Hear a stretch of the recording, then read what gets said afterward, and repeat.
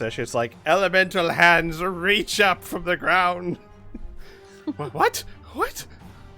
Hello, everyone. Welcome back to Let's Play Curse of the Crit. That's not what this is at all. Wow. D&D, everyone. We're playing D&D. Hi, you want guys. You want to take it from the top? No. I like to own my mistakes. How goes it, everyone? You know, fun times. You guys had a hell of a session last week. It's going to be a really fast recap. Technically, we didn't have a session last week, Squeak. Well, week Yes, before we- last. Silence, all of you. Week before last, you guys had a darn tootin' heck of a time fighting a bunch of assassins and driders and Portly, which was odd. I didn't expect anyone to do that, but you know, whatever. Follow your players, right? This action has consequences. No, you managed to convince the Emperor to help you in taking on the Crimson Mantises and the mysterious Drow Mage. And can we give just a solid MVP award to Annika for that last session? I think that would have gone very differently if you had not rolled that high. When the session started, I didn't think it would go that differently because I was sitting there going, they're thugs, they're unarmed, what really could they do? And then they dismantled half the enemy force. So, yes, imagine all of those attacks on you guys as well. That would have been harsh. But the Crimson Mantises have been defeated. The Drow Elf Mage is dead. Well, both the Drows are dead, but one of them's not moving. Ouch. Driders burst up through the ground and caused havoc, or one of them did. The other one met your friendly neighborhood Greg, the Earth Elemental, and that was basically all she wrote for that one. As we ended last session, as we pick up this session, Greg is downstairs having thoroughly mulched one of the Driders, and the rest of you had ganged up and taken down the second Drider, including Punchy McCrazy, the only thug left on the field that hasn't run away and charged a Drider with his spare fists. He's still there. The Emperor is currently clapping at your victory. And before we roll initiative... Well, actually, we don't have to roll initiative. I'm actually just going to keep the turn order going. Or I'll put it this way. We'll stay out of turn order for now, but the second you guys decide to do something that would require a turn order, we'll just jump right back in at the top. Sound like a plan? Okay. Good. Just to recap so that you know the field. There's an earth elemental below you. There is a guardian spirit floating there, just enjoying himself. He's really done he didn't nothing. do very much. He's not doing much. I didn't position him very well, and I'm kind of sad I can't move him. You've got Punchy McCrazy over there next to Rhea and Annika. You've got the Emperor surrounded by 4 thugs and Jabir, the quiet halfling in the Executioner's outfit. Yeah, sure. Let me get you guys maps. Here, let me resize this to small. There you go. Now, what do you guys as players want to do?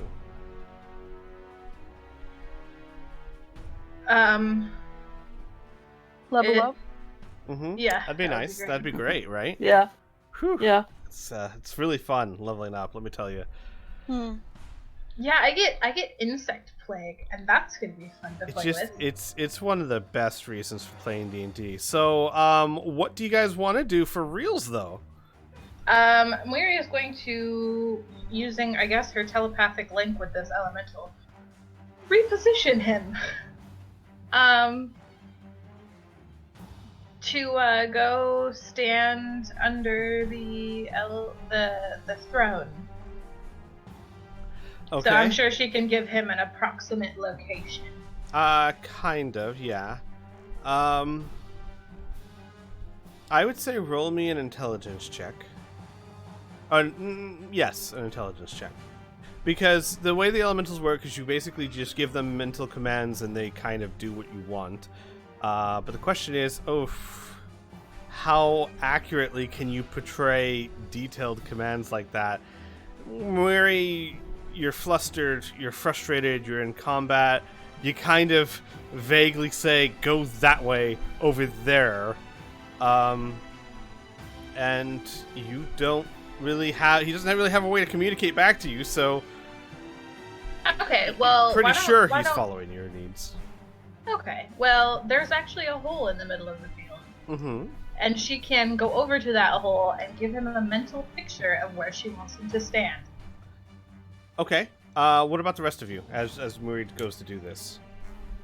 Annika's gonna go back to Amelia and take over again.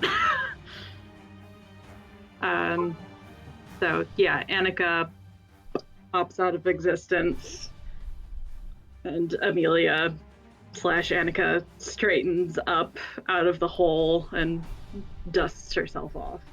And since Muri is standing over the edge of the hole, she can... Well, we're not quite there yet, though.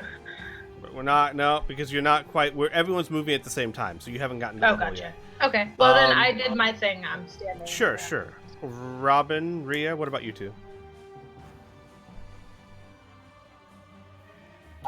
Robin's just observing Muri and is going to hold everything and wait to see what everyone decides to do. Alright. Gotcha. Rhea? Ross?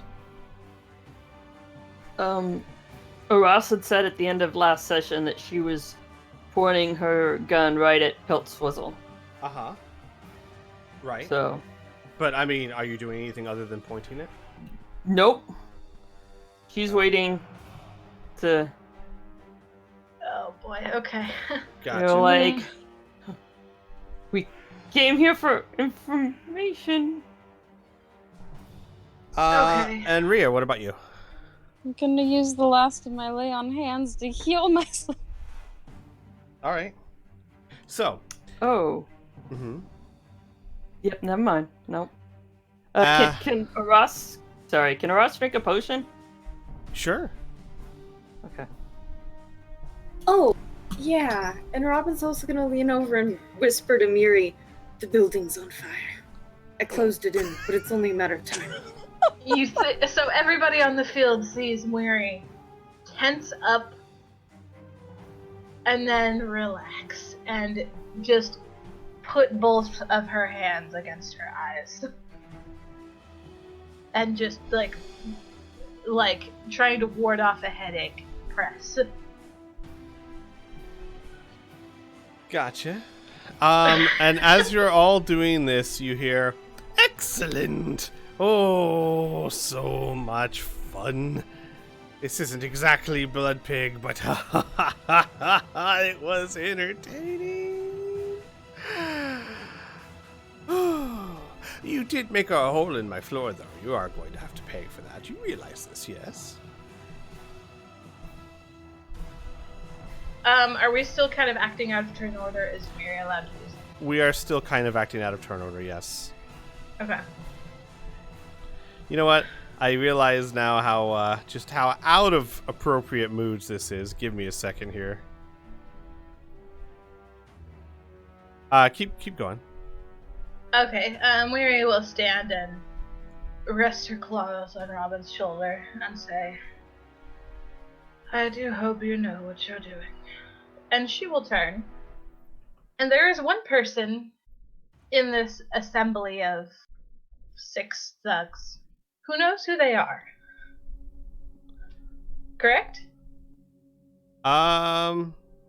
No, that was one of the thugs that was playing with you guys. He ran off. He's gone. Ah, okay. Yeah, the he ones was that, on the team? yeah, the ones that are left are the personal bodyguards of Piltswizzle.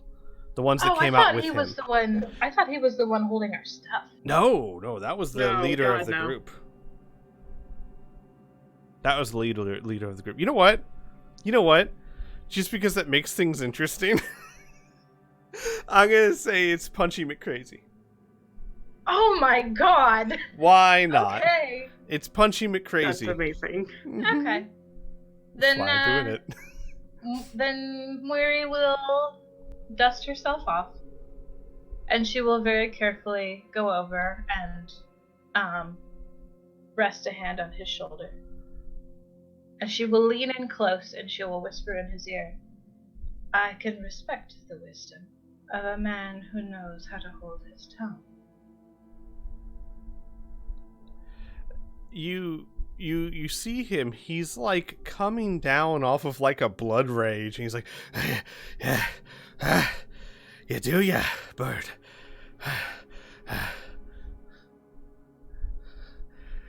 The fuck was that? And he like just points to the corpse of the Drider. Something that, if you are lucky, you will never have to see again. I Now, I am curious. One, I would like to ask a question, and in turn for your honesty, I will heal your wounds. Oh, aye.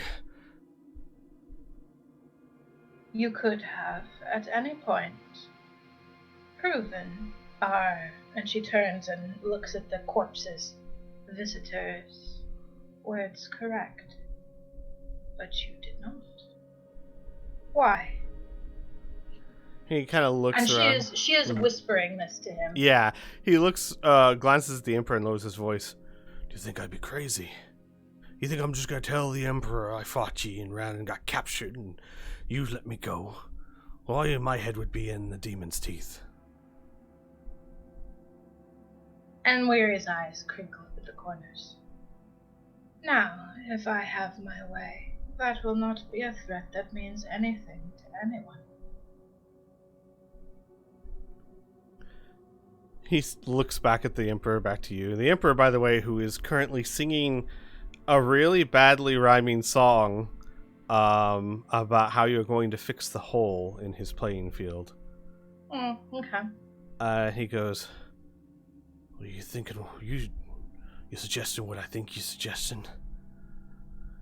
And Weary will cast, because she said she would, and she squeezes his shoulder and says, "In turn for honesty," and we'll cast Cure Wounds on him. It's oh god, I have to figure this out again. Hold on. It's You said you fixed your sheet. It's Yeah, it's math. It's math know, plus it's- math, and it equals math, and I don't like math. yeah, it's 1d8 plus 5 plus the spell level plus 2. So 1d8 plus 8. Correct. Okay. So that plus 8. Alright, so 11. Okay. And as she does that, she will whisper one last thing. I do not ask that you help. I merely ask that you stay out of the way. Okay. I am going to... I'll do it on the stream so that it's fun. I'm gonna roll a persuasion check. Wait, for me? Oh, yeah, you know what? There's no way to do that secretly. Yes, you roll me a persuasion check. I wanted to make it mysterious if he listens to you or not, but that's not really possible when you're rolling the die. Go ahead and roll me a persuasion check. Do you have any bonuses to your charisma, or it's just that? Just that. Gotcha. I Okay. have a plus 0. That's fine. That's good. That's cool. That's good.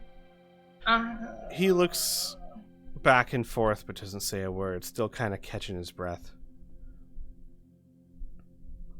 And the Emperor goes, "Ah, you're going to fix the roof. You are. You're going to fix the roof. Please come in front of your Emperor and be congratulated for your efforts."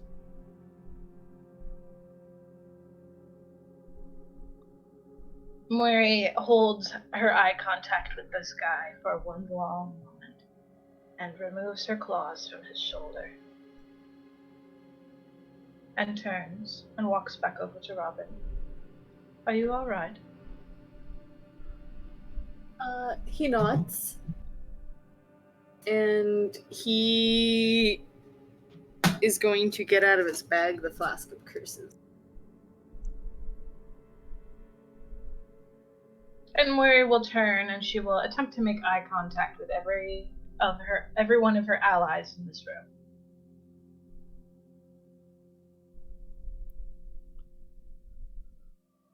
Quick question, God. So does this guy still have our bag, or did he drop that along with the weapons? Rhea has it. Rhea has the bag. Rhea has the bag. Mhm. Awesome. Fantastic. All right, that answers my question.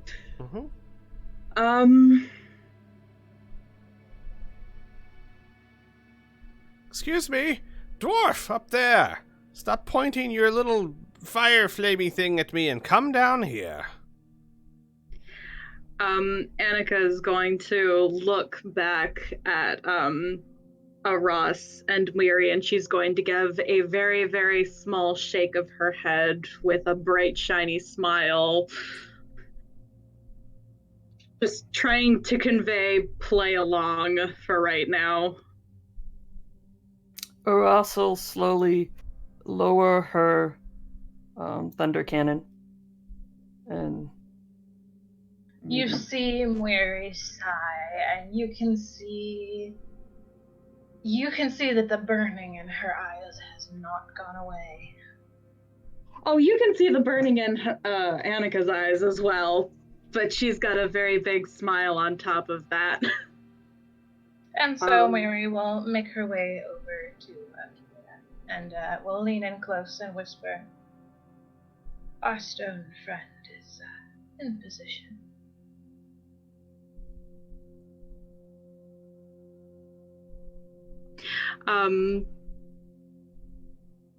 You said that she's standing right next to her?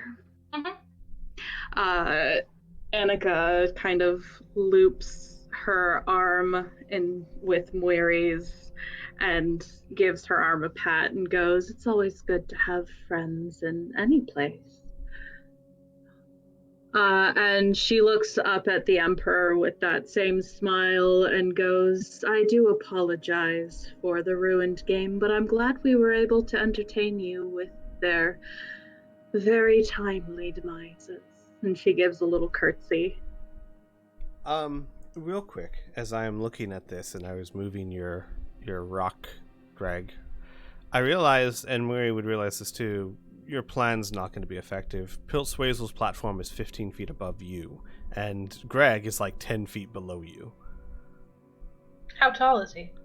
Greg? He's like 10 feet, maybe 12. He's certainly not... He couldn't even get to your level, much less a level above that.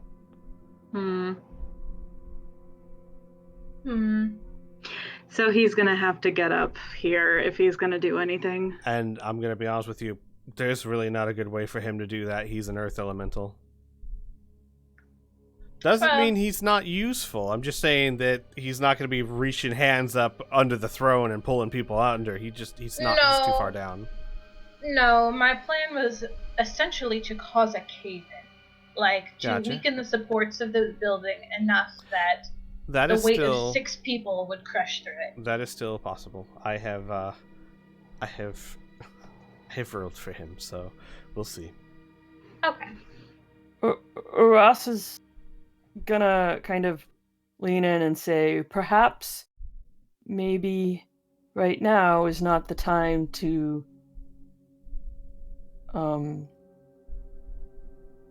cause such drastic measures. I mean, we still have a lot on our plate. Doesn't really look like he's going anywhere. Excuse me? Annika... Excuse me? You seem to be talking to other people than me. I'd like that to stop. Annika gives Ross a reassuring smile, just like, yes, I think the time for games is over for now, but later on. And she'll turn to Piltswizzle and say, if you don't mind, there is something that I would like to do with the intruders. It would just take a moment. Oh? And what would that be? Pretty elf girl. She just kind of shrugs nonchalantly. It's just a small ritual. It might give me some gleaning onto whether or not, or what exactly the Arconas were planning. And he just waves his hand. I'll allow it. Thank you. And she will give another curtsy, and she's going to go over our elf. And start performing a ritual. Okay. Which one are you going to? She's going to the Drow Mage. Okay. I'm telling you right now, I want him when you're done. He's so popular in death. I mean, she's not going to get rid of the body. It's Annika starts eating the corpse. Oh, one of the signs. Oh, shit. All right. You perform a certain ritual. Yeah. I would like you to roll me a d20 because by the terms of this ritual, you have seen how he has died. So instead, you get a random memory. Yeah. Okay. So, Go ahead and roll me a d20, please. 9. Or is it not? It did not go. What the fuck? 4. The fuck? All right. Okay, why did it what the fuck? It didn't throw one out and then it threw 2 out, but it only rolled one. I don't know. Whatever. 4. You know what? That's fine. You'll like this, I think. In your mind, this is the first time you've really used this, so it's still unfamiliar to you. It's an ability that you felt growing inside you, but this is the first time you've manifested it, right? You're moving more on instinct than anything else.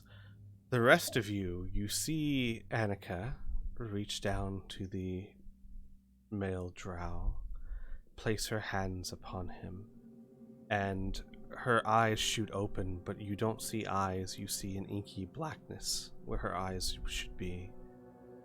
Black smoke seeps from the edges of her eyes. And in your mind, Annika or Amelia, you gain a memory. A cold, dark room, enough light to see that there is one chair, one table in the distance, and a candle on the wall. You feel yourself standing there, rigid and unmoving. In the chair is a black-haired young girl, a cut on her cheek, her eyes distantly staring at nothing. Behind her stands a familiar character, Camille, and she is speaking to an individual of olive skin and dark hair. Give me a second. Let me see if I can pull up a picture for you.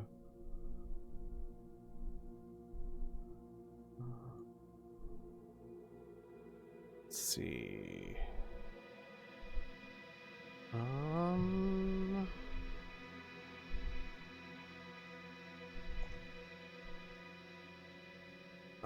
Give me a second. Because I really want to find a picture for you because you're viewing this, right?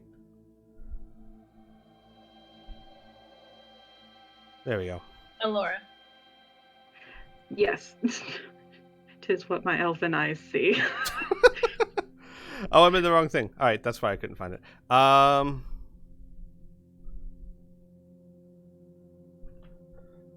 you see an image like this. A man with olive skin, black hair, and a well-managed goatee in fine drapery. And a douchey mustache. And he is talking to Camille. Do you really have to keep her here? We have enough to do, don't you think? Camille will look up. This is family business, Gloria. We may be working for you, but this is none of your concern. My concern? She's in my villa. And Camille will narrow her eyes. We will do as we were paid to do. And in return, you will keep your nose out of Valentine business. And he raves his hands up in frustration. Fine! Just be quiet about it. You're disturbing my sleep. And the man named Glorio walks out of the room, and the memory fades. Amelia, roll me a knowledge history check.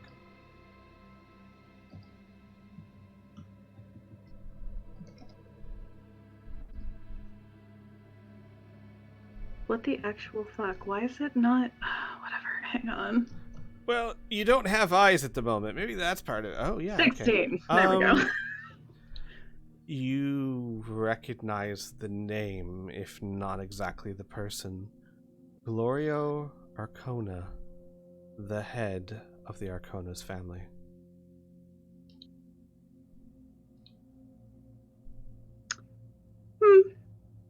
Interesting.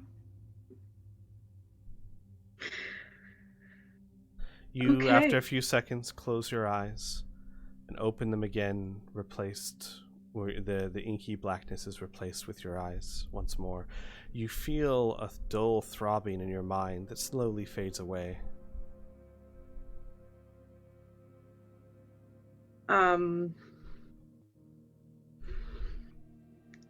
Annika kind of blinks a little bit and then looks down at the drow and kind of tilts her head a little bit, and she's going to look over the body, see if she can get any, like, identifying anything, or just gold. I don't know what he has on him.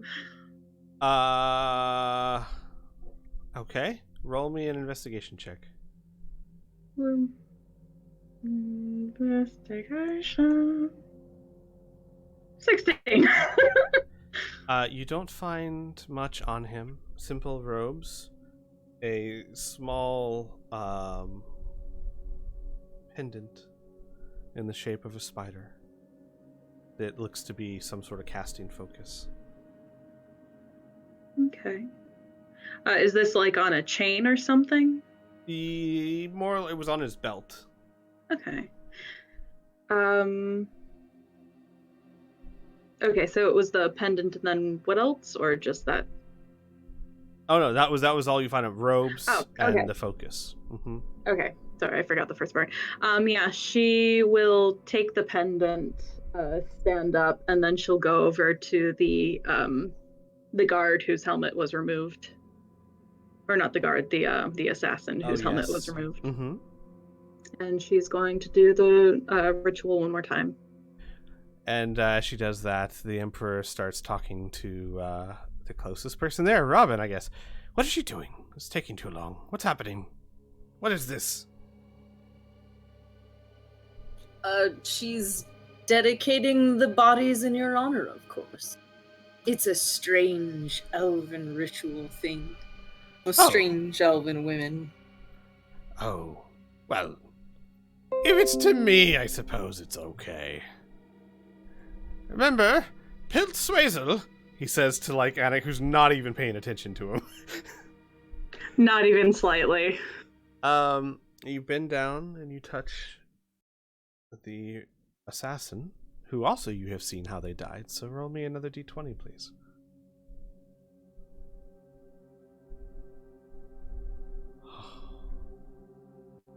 Okay. So what does the natural 20 get me, God? Oh!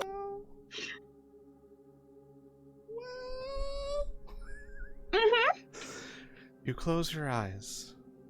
You open them again, The eyeballs replaced with inky black smoke, as you recall a memory in the assassin's mind.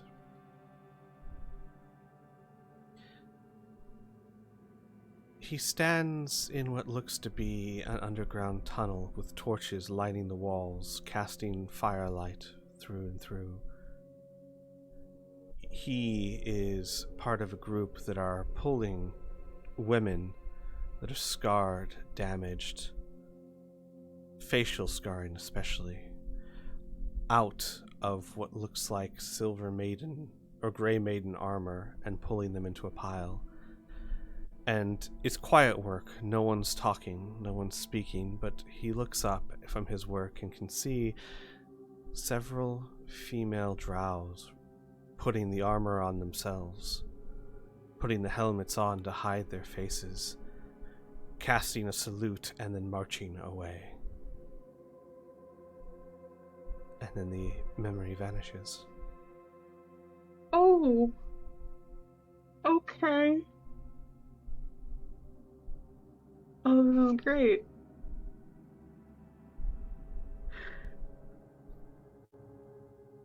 Awesome. Okay. Cool. So nothing to worry about. It's fine. Nothing to see here. Definitely.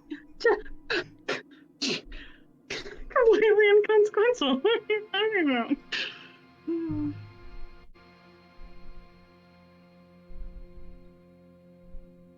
And your eyes return. Again, the dull throbbing that quietly fades in the back of your mind.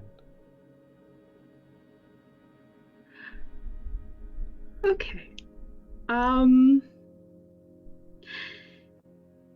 Yeah. And she's going to look over this guy as well. Let's roll another investigation. Yes. 11. You find 2 serrated scimitars and the armor itself.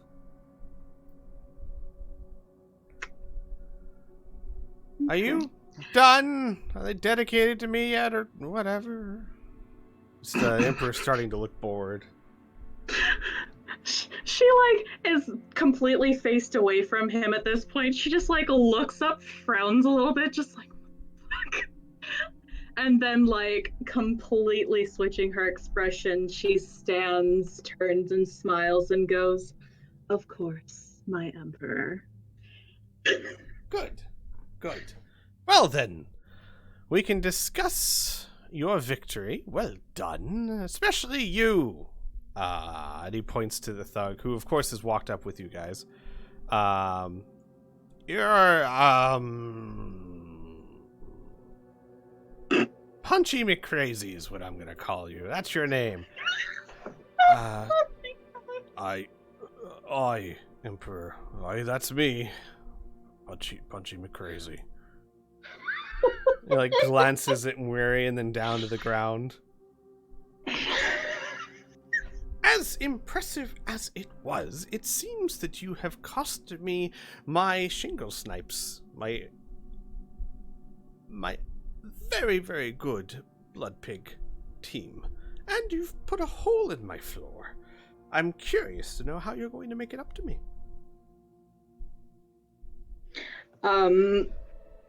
Annika starts walking forward back towards the stand and goes, "Of course, all in due time, we will repay your generous assistance."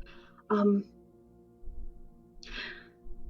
then she pauses and frowns a little bit and goes, "Though you did say that your artist was here as well, didn't you?"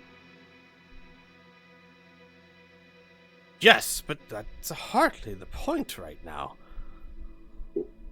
Well, what if they were looking to attack him as well?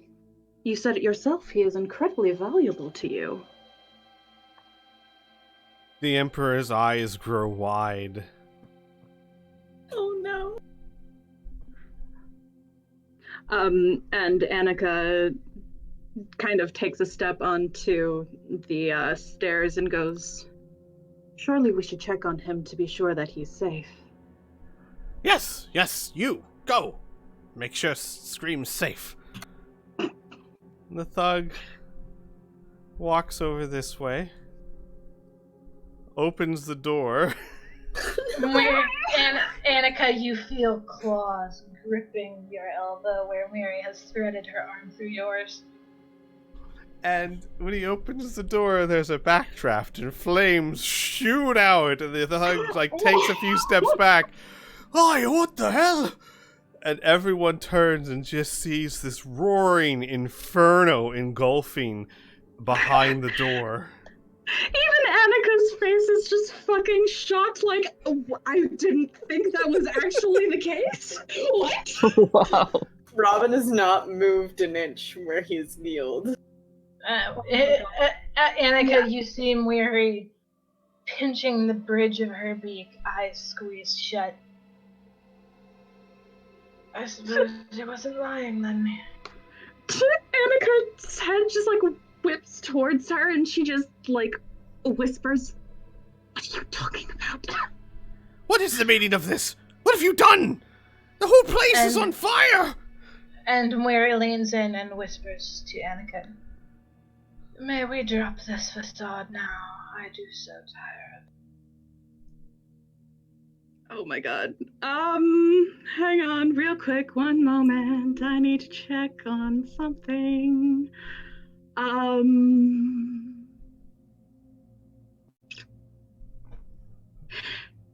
Yeah, awesome. So she's going to just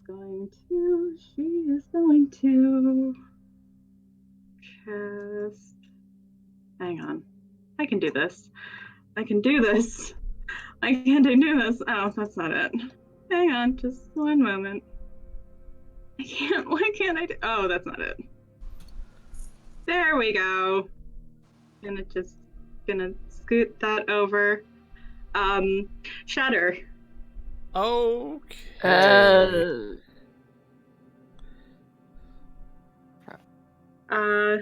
So yeah, she's just gonna real quick, boop. Oh, for fuck's sake. Okay. All right. Still. That's the thing. Okay. And so it's audible that you're casting it, right? Yes. No, she uses. Sorry, I should have specified before she. Very important. Silently casting this. Though that said, I need you to roll me a sleight of hand check because they're staring right at you, silent or not. Are they not looking at the burning doorway? He just turned to all of you and asked what the meaning of this was. Oh, fair enough. But still, roll a sleight of hand. Why is not fucking what the? You get the spell off, but as you're getting off, he goes, Stop casting right!" Like, he's in the middle of telling you to stop as they get rocked by the shatter spell. And if you guys will excuse me, now I think it's time for this song. Where is it? There it is. We have technically stopped combat long enough that I'd like everyone to reroll initiative for me. And I'm going to also roll initiative for the baddies.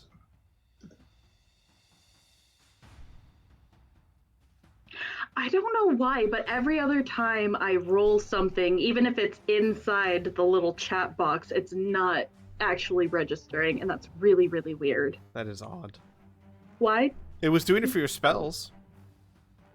No, it was doing the same thing for my spells. No, I mean, I saw it roll. Or not for the Like Shatter, it rolled all their saves and all their damage.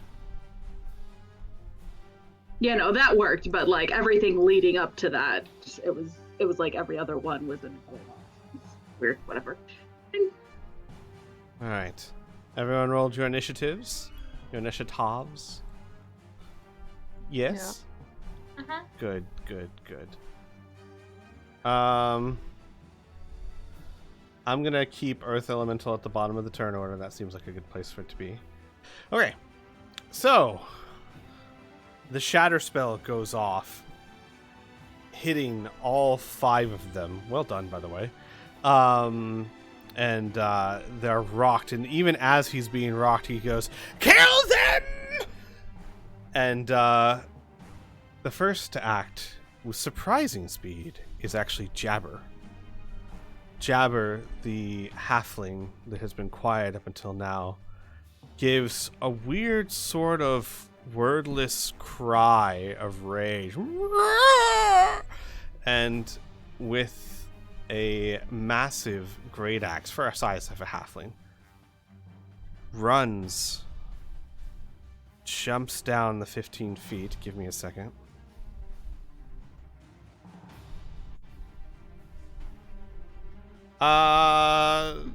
Let's see.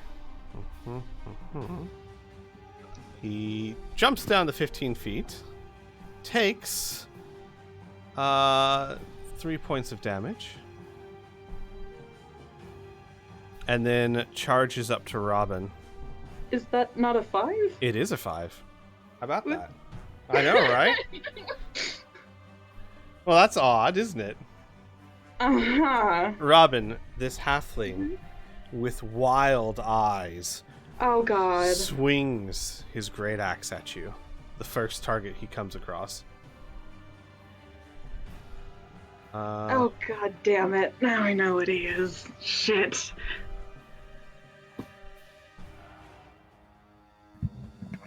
And he swings the first one. And that is a hit. Doing 9 points of damage. And he swings it back around with the second attack. And misses the second one.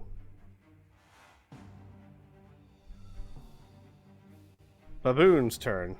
Baboon's still, not really sure exactly what the plan is here, but just rolling with it goes, "Alright, well, back to battle it is, I guess."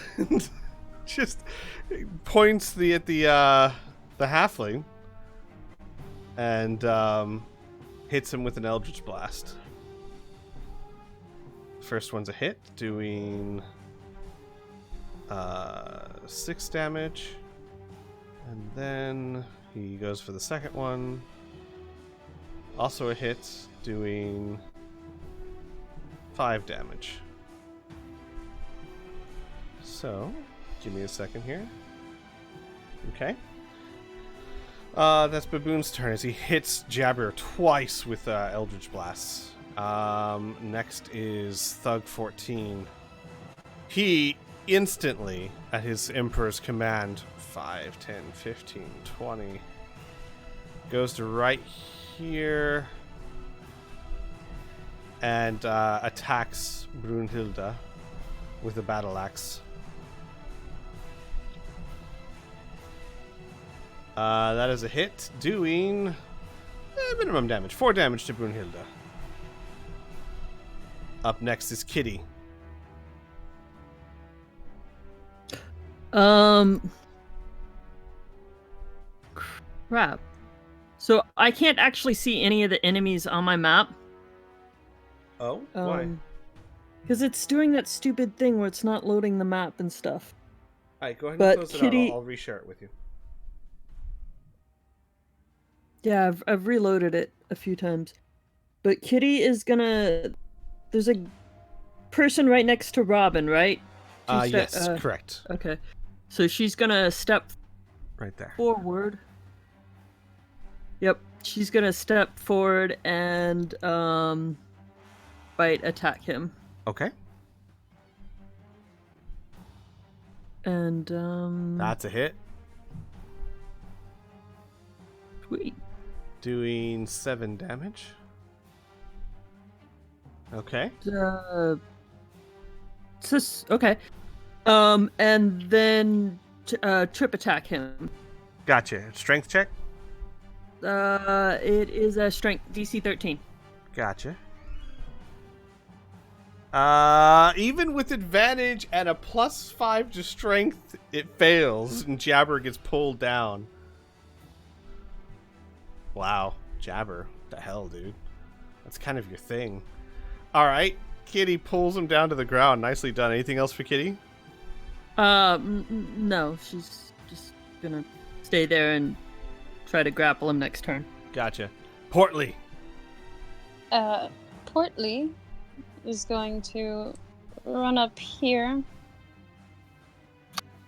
and attempt to bite. Okay. That's a hit. Doing 3 points of damage.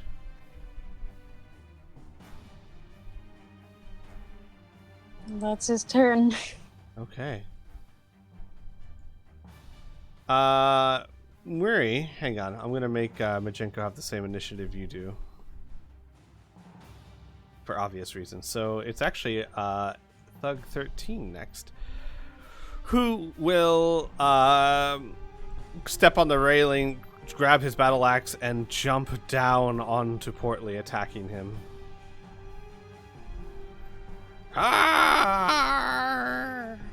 That is definitely a hit.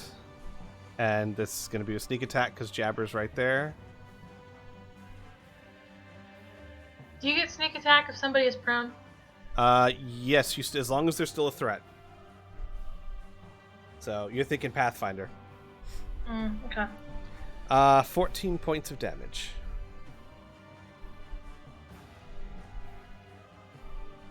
There is no longer a Portly. Portly, no. Oh, Portly. And he then, like, I'm gonna have him roll a dexterity save as the dog just kind of poofs. Yeah. He fails. So he kills Portly, but he does not stick that landing. And he's prone. He will stand up, but that's the rest of his turn. As he's just like, the hell? Weary, it's your turn. So... No First- damage for him, because he actually landed on Portly and then just fell through Portly as Portly disappeared, so, but still very confused. Sorry, yes, Muri? 5, 10, hold on. As a bonus action, she's going to move her spiritual weapon. She can get it right here. And is going to attack Emperor Thug number 14. Alright, and while we're doing that, Sib, if you want, go ahead and exit back out to the main menu, and you'll see a little button that looks like a radioactive button. That should clear your cache, and then load back in. Okay, I'll try that again. Alright. That's a hit. Who are you attacking? 14. Well, minimum damage, but whatever. Make sure to control click on him. But 1 damage.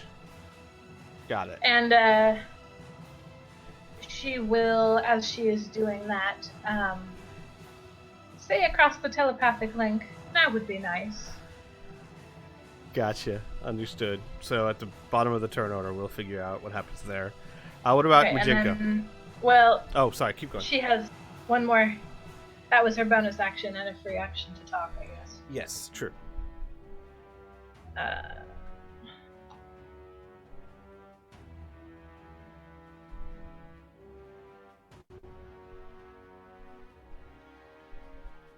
This group's just a glutton for fighting. Didn't have Okay, enough bloodshed Miri is- before. Miri is going to cast Aid. Ooh. So your spell bolsters your odds with toughness and resolve. Choose up to 3 creatures within range. Each target's hit point maximum and current hit points increase by 5 for the duration. Which is So 8 hours. Pilt, Jabber, and Thug 15? In your dreams, Glee. We're gonna hit. Who's low on health? Robin for sure. So if you control click on them when you cast the spell, it should automatically update theirs, I believe. Okay. We're gonna do Robin. We're gonna do a Ross. Is Baboom worse off than Brunhilde right now? You mean damage-wise? Yeah. Yeah. Let me check. Brunhilde. Yes, he is. He has more Okay. damage. I mean. Okay, then those 3 people are gonna get. I think it's. So they get 5 hit points, and then Right. your hit point maximum increases. Mm-hmm. So go ahead and cast the spell, and it should automatically update them. Very nice. Nice. That's one thing I really like about Fantasy Grounds. So, and it gives you guys 5 temporary hit points. I don't know if it updated your total hit points. You guys will have to focus on that on your own and make sure. Nice. Anything else, Maury? That's it for Moira. That's all she can do. Okay. Enjoy those hit points, y'all. What about Majenko, who's all the way over here? He's on Ross's shoulders, actually. Oh. If you'll recall, he's kind of Yes, attached that's to a her fair right point. Good point.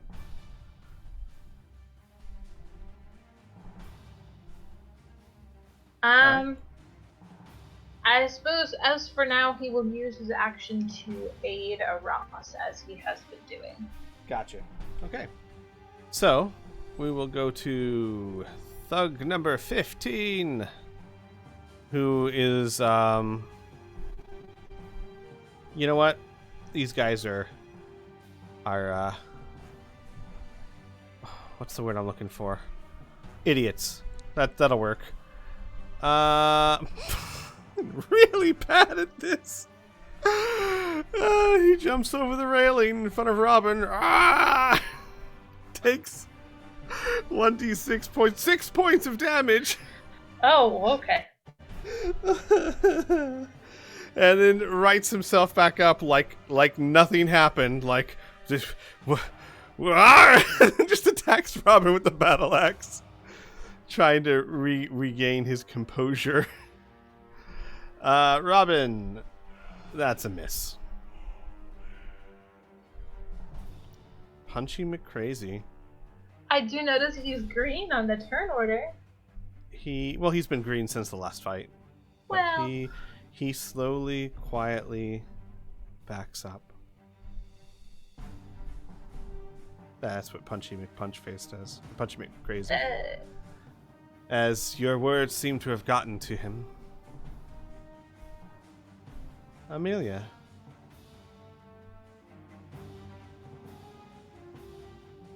Fireball?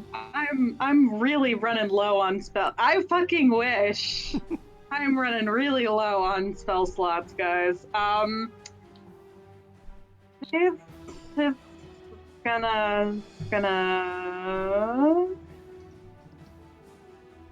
gonna get this guy and this guy, actually. Okay, would I have to roll an intelligence or something to know if crazy make halfling dude is resistant to fire as well, or acid or something? Or is it just like piercing, bludgeoning, even whatever? intelligence isn't going to tell you that. You just don't know. Oh, well. I mean, okay, because whatever. you can't look at a barbarian and just tell what they're resistant to. That's fair. But I think it's fair to say you were pretty sure he's a barbarian. Yeah. Awesome, they fail. Nice. Flash. So, yeah, and then she's gonna take a step back. Step And back. turn. What did you cast? Acid Splash. Oh, nice. Yes, splash. She's gonna Acid douche. Splash. Acid And splash. turn. Perfect. Thug number 16. This guy. Oh, what the hell?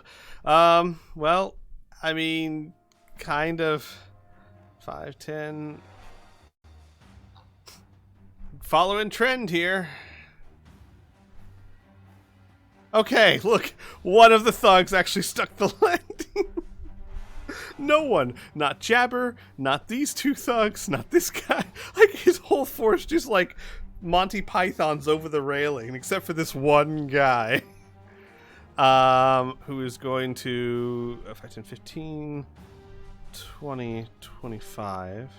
He's going to go here to where Kitty is, attacking Jabber. He's going to focus on Kitty. With a giant battle axe, he slams down on Kitty, and that's a hit. So, Kitty takes... Yeah. She's down. Oh, Kitty, no. So with just a huge battle axe, just double-handed, chunk, and just doesn't cut Kitty in half, but gets enough into Kitty's gear works that Kitty just sparks and then falls to the ground. Ross, by the way, how'd the reload go? You can see anything better? No, but that's okay. There's a better way to fix it, but that involves you actually deleting your campaign folder and re-downloading it, so Yeah, we'll deal with that later. Yep. So, fortunately, I am actually going to cast. Ross is like really kind of looking around and just seeing all of the dead surrounding her and not comfortable with continued killing. And instead of attacking, she is going to cast Bless. Nice. So it adds a d4 for Rhea, Robin, Mary, and Amelia. Very nice. So that Rhea can kill for you. Yes, no, it's nice. And she's gonna like back up. I can't really tell distance. I think that's probably about 25 feet Okay. from where she was. Jinko And- still on your shoulder. Yep. Reload her gun. And hesitate, and that's it for this round. Gotcha. Piltz. Piltz begins casting a spell. In a deranged chant, he casts a spell on himself. And disappears from view. Seriously. Robin. GG, guys.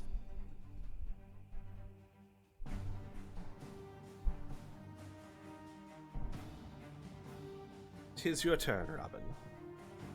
Yeah. See if there's any way I could stop him from doing that. There's really not, because I can't see him anymore to stop him. Well, if anyone has like a counter spell, you have time, but otherwise, Hold on. clerics don't. I might have Dispel Magic, but I think that's an action. I have that Yeah, too, that's but he's not already gonna- invisible. I'd have to touch him. Give me a second. Let me see something here. Does Amelia might have it, but I know you said you're really low on spell slots. Does Dispel magic? Fuck no, I don't have it. counter spell. Counterspell. Oh, counterspell also don't have. Baboon has dispel magic, but not counterspell. Cool. Rhea has neither. I'm going to main hand attack Jabber. Okay. Oh, I think it rolled a thing. Cool. I'm gonna use my sneak on it. Says 21 hit him, right? Yes, it does. 20 points of damage. And he takes 10 of it. Bonus action disengage. Mm-hmm. As it's clear that, and Robin, you've been right in front of him this whole time, it's not that the weapons aren't hurting him. He's just not showing it.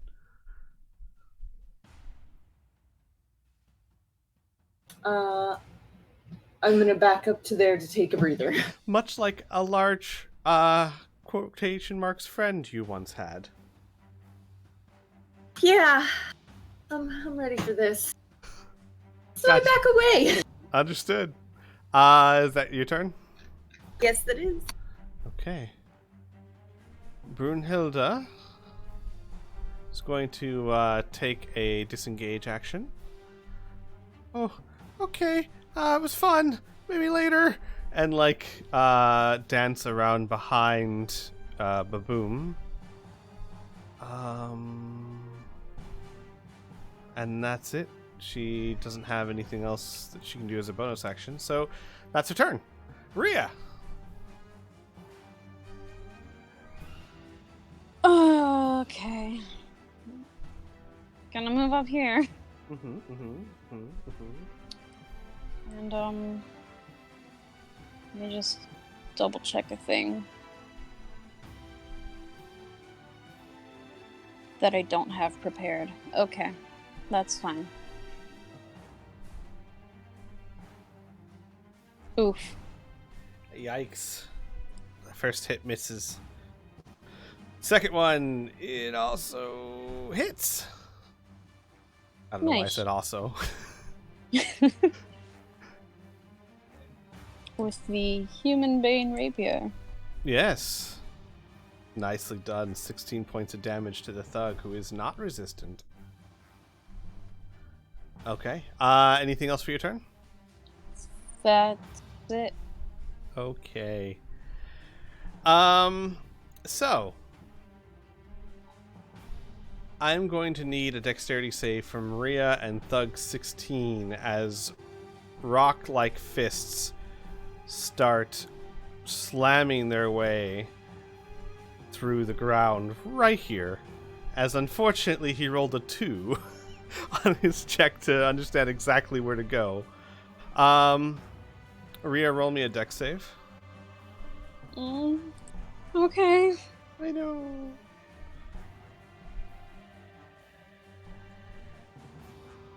Oh no. Okay. Goodbye. You are, Rhea, you're able to no, the dex save wasn't too hard. You barely made it. I'll say Thank God. the bless helped you. You're able to move out of the way as that square falls away from you, and so is this thug. As the ground, we'll just move him here. We'll say the ground here is now a giant hole as fists just start tearing the ground away. Ooh, and you know what's fun? There's a bunch of people trapped right between him and a big-ass wall. Mm-hmm. So, not all bad. Back at the top, Jabber. Jabber is going to move this way, not try and step over a mechanical dog. Stands up and rushes Muri.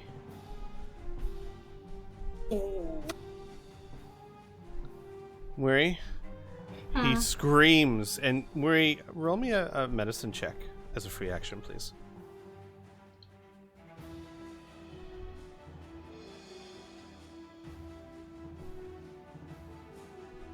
Yeah, you can tell as he charges you, his tongue has been cut out. It seems to be a fairly old wound. It's not fresh, it's healed, but he has no tongue, so he has this weird type of scream as he swings this battle axe at you. First attack is a miss. Second attack is a hit, and Weary, you take 17 points of damage as with amazing strength this little halfling cuts into your side almost to the halfway point with the battle axe. Oof. And then I have to roll concentration to maintain control Yes, you do. of the elemental. What do I roll for that again? The con save. Oops. No, I don't want to move that whole thing.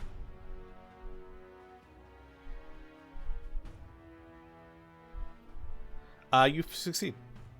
Okay, cool. As you have to either beat 10 or half the damage, which either way, 15 is not that.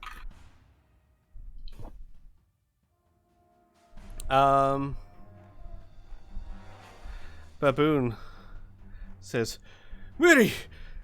Steps over to here and casts Cure Wounds at 4th level. Ooh, okay. Well, that I mean, should... technically everything he casts at 4. Right. I don't know why I didn't do... Let me do 3 more of those. Miri, you take... you get 18 points of healing. So add another 11 to what was just given to you. And Baboom's out of spells.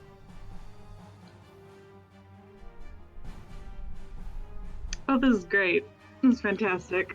Wait, I don't think I can add... you take away your damage. Gotcha. So just take away 11 points from your current total, which is 18. Just take that down to 7. No. It was 29. Oh, gotcha. Okay. So yeah, as he rushed up to you with a very concerned look, and cast healing on you. Thug 14. Oh boy.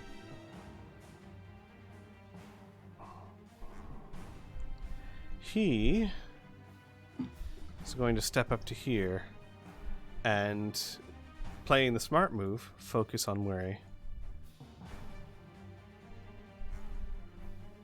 And miss. Kitty succeeded a death saving throw. That's good. Portly, es no bueno. Thug 13. Thug 13 is having some trouble here. Thug 13 is going to step over here. Use difficult terrain to get over the fox and step over to here and attack Rhea. I just moved the fox for some reason.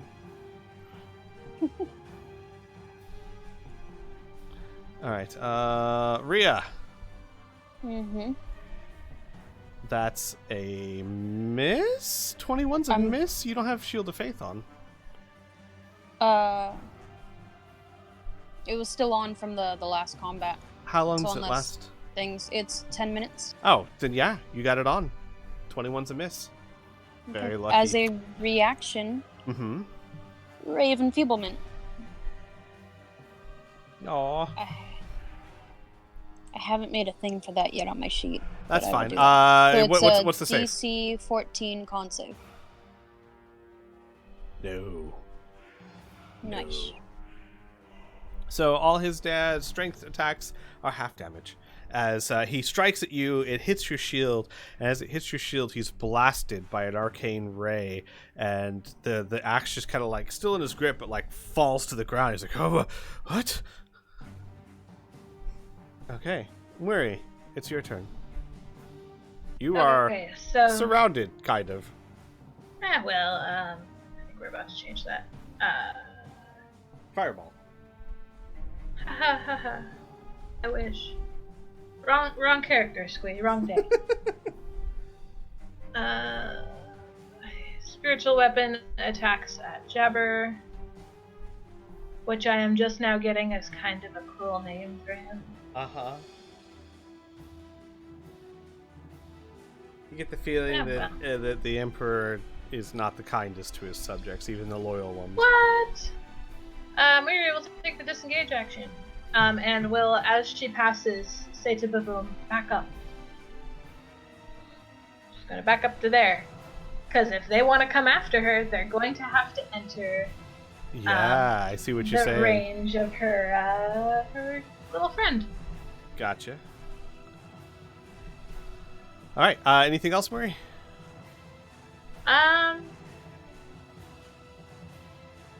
That was... I guess that was her action. No, that's it. Do you want to back up one more so that they'd have to get to, you know what I mean? Because they could still come up below. Yeah, there you go. I'm just saying, if that's your plan, that'd be a better space for you to go. Yeah, there you go. Yeah, I'll stay there. All right. Yeah, that's it for me. And then she's gonna leave her spiritual weapon where it is, and I guess Majinka will continue to aid Ross. Gotcha. Thug 15.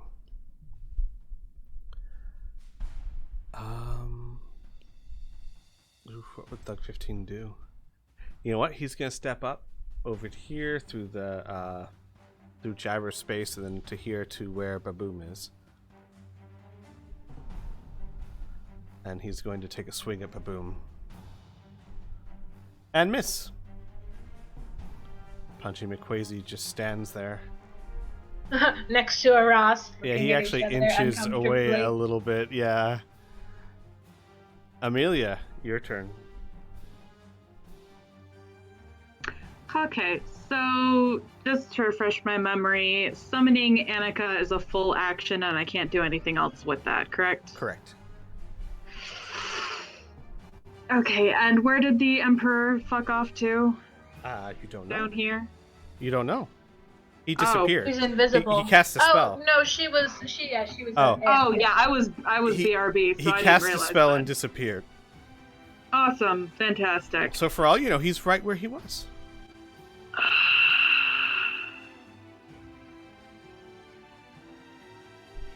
You know what?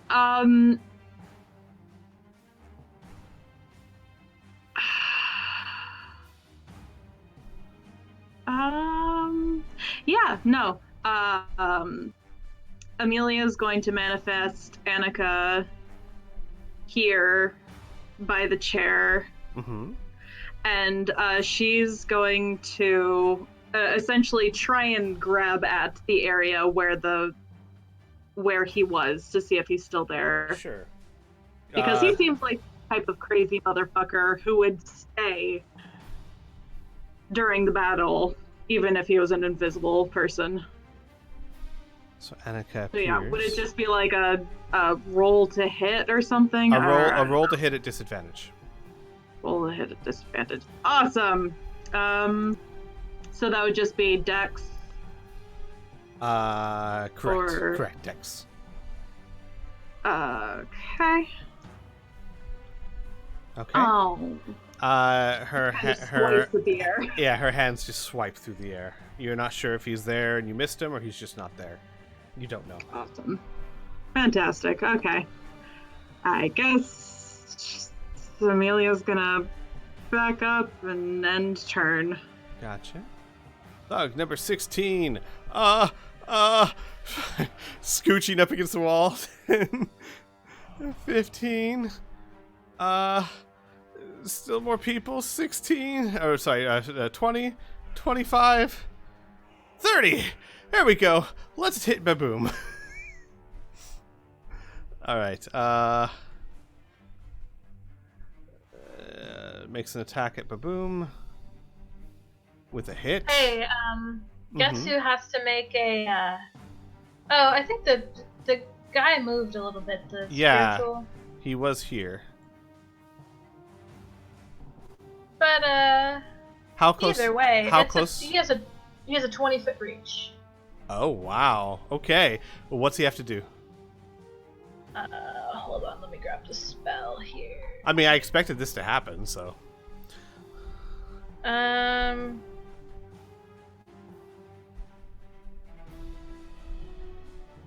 Moves into the speed 10 feet from the Guardian.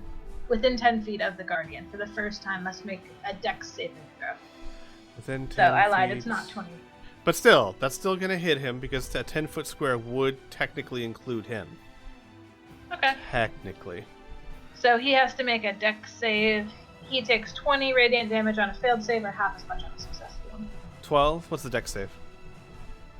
I don't know. It's your spell DC.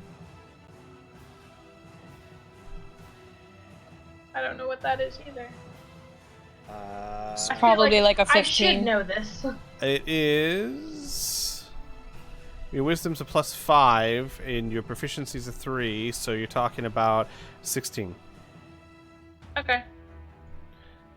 So he So definitely he doesn't make fails it. and Yep. takes He 20 takes points 20 of damage. points of damage. So he takes a massive amount of damage, and as the spirit just unleashes on him a torrent of blue light, and he goes, "Ah!" And this happens at the same time as he strikes down on Baboom, hitting him. So they both basically take this damage at the same time, and Baboon takes 11 points of damage. Not anywhere near as much damage as he took, but Baboom's getting cut up a bit. Aras.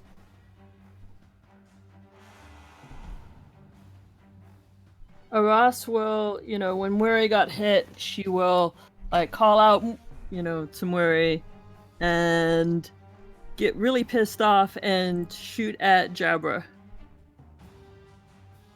That is a hit.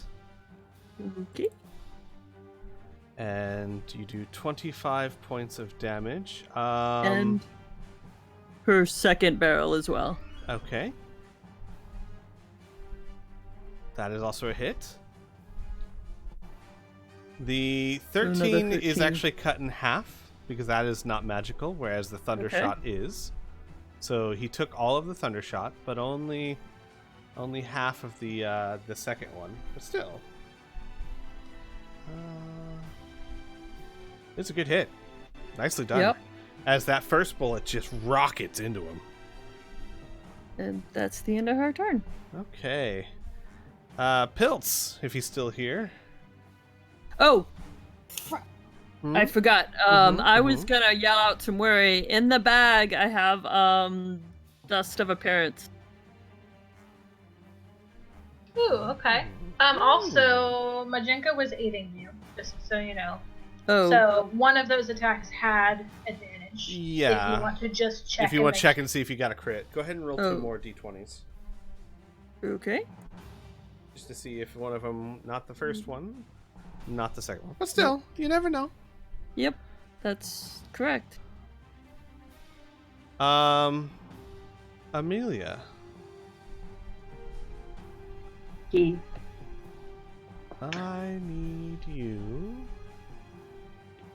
Do you guys remember how to cast something at a higher level? So if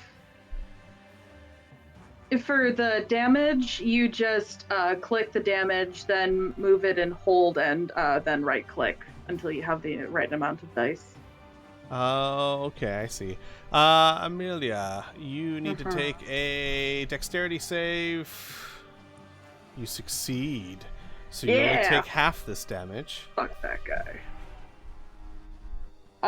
Can I tell where that's coming from? No, And you cannot. regardless of whether or not he's invisible, if he entered the space with the spiritual guardian, he does have to make that. Right, dex save. he did not though. Okay. Give me a second here.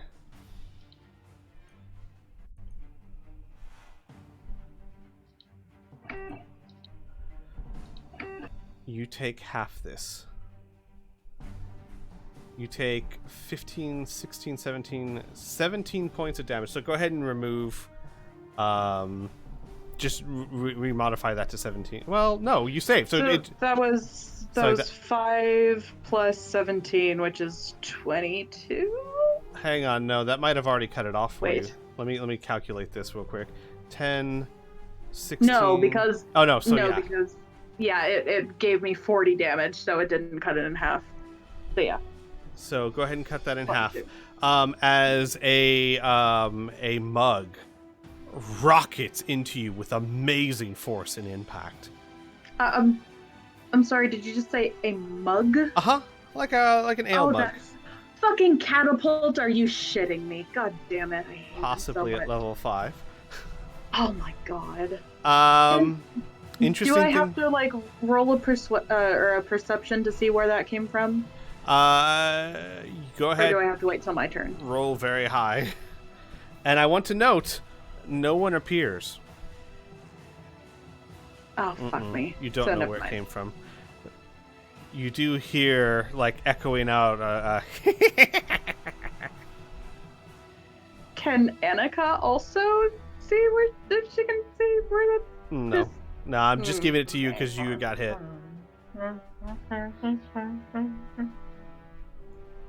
So, whatever this spell is, it's not dropping, even after attacking. Robin, your turn. Yeah. So Ross shouted that about the dust of appearance fairly loud. Oh yeah. Loud enough for Moira to hear it, and she's far Yeah. away from what you are. She said it loud enough for everybody to hear it. So 5, 10, I look expectantly at Rhea and reach in the bag thinking of dust of appearance. And you pull out... actually, let me see. I need to refresh myself on what this thing looks like and does. Dust of... Not disappearance. Dust of appearance. A fine powder appears to be very fine, very light metallic dust. A single handful of the substance. Flung into the air and coats objects within a 10-foot radius, making them visible even if they are invisible. So you've got one handful, and you have to be within 10 feet. Cool. Bonus action disengage. So let me think. 5, 10, 15, 20, 25, 30. Bonus action disengage. Action to move.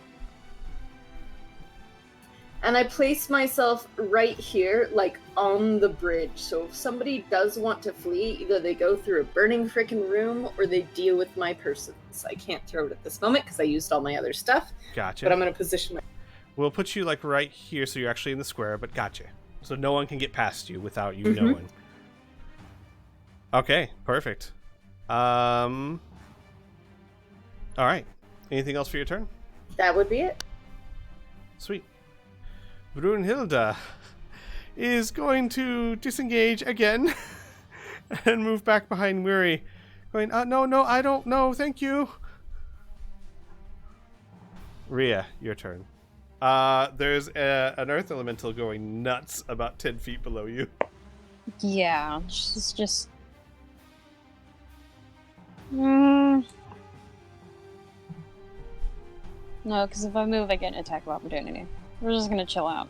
This is fine. You could at least move, like, pivot, if you wanted. Yeah, but then Jabber Oh, would... right, Jabber. Yeah. Fair point. Oh my gosh, Jesus Rhea, no. Christ. That's the second fumble. This is the second session that she's doing horrible.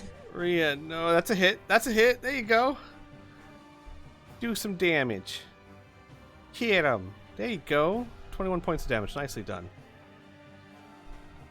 That's Alright. her turn. All right.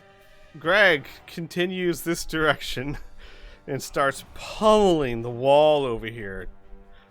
Let me go ahead and that's definitely a hit. Doing double damage. Doing 28 points of damage to the wall. It starts wrecking the side of the wall underneath. Jabber.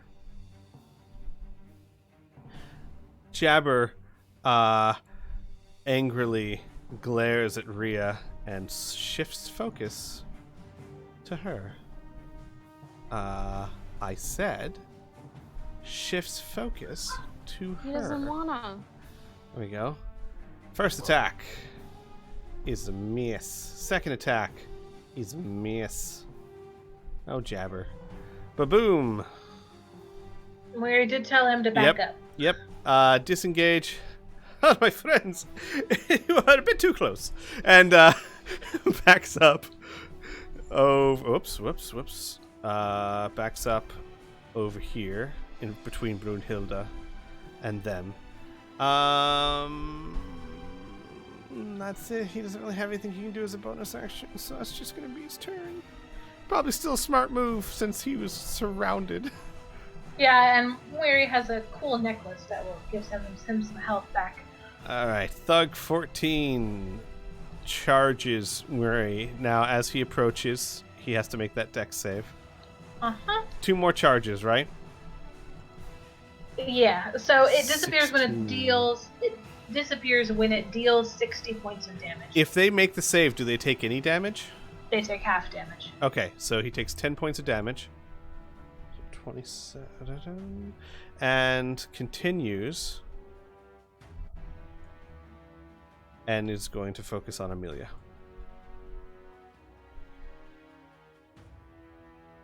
Amelia! Battle Axe. That's definitely a hit. You take 4 points of damage. So minimum damage at least. Kitty makes a saving throw, fails. Thug number 13. Thug focuses on Rhea as he can't really just walk away. But you know what he will do? Because Rhea is so dangerous. He is going to circle around to here. Is there not a hole there? Oh my god! There is! So, you know what? Thank you. Thank you for pointing that out. That's a very important thing to note. He can't stand on air? What was he thinking? Rhea! I mean, if he wants to waltz over there and fall down and just, like, be chilling next to Greg. Rhea, you take... He's also got the Ray of Enfeeblement on him. Oh, good. So do we half of this. So instead of 18 damage, you take 9 damage. I take 6 damage 6? from Heavy Armor Master. Oh, yeah. Nice. So 6 Woo. damage. So I have to adjust that nonsense. Yep. Weary. Okay, spiritual weapon swinging at Jabber still. Hold on to make sure I have him targeted.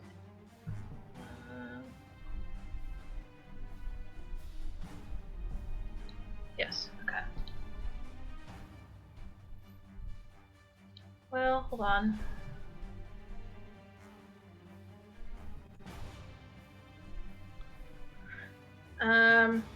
Yeah, because I'll take my action to heal him. Let's see.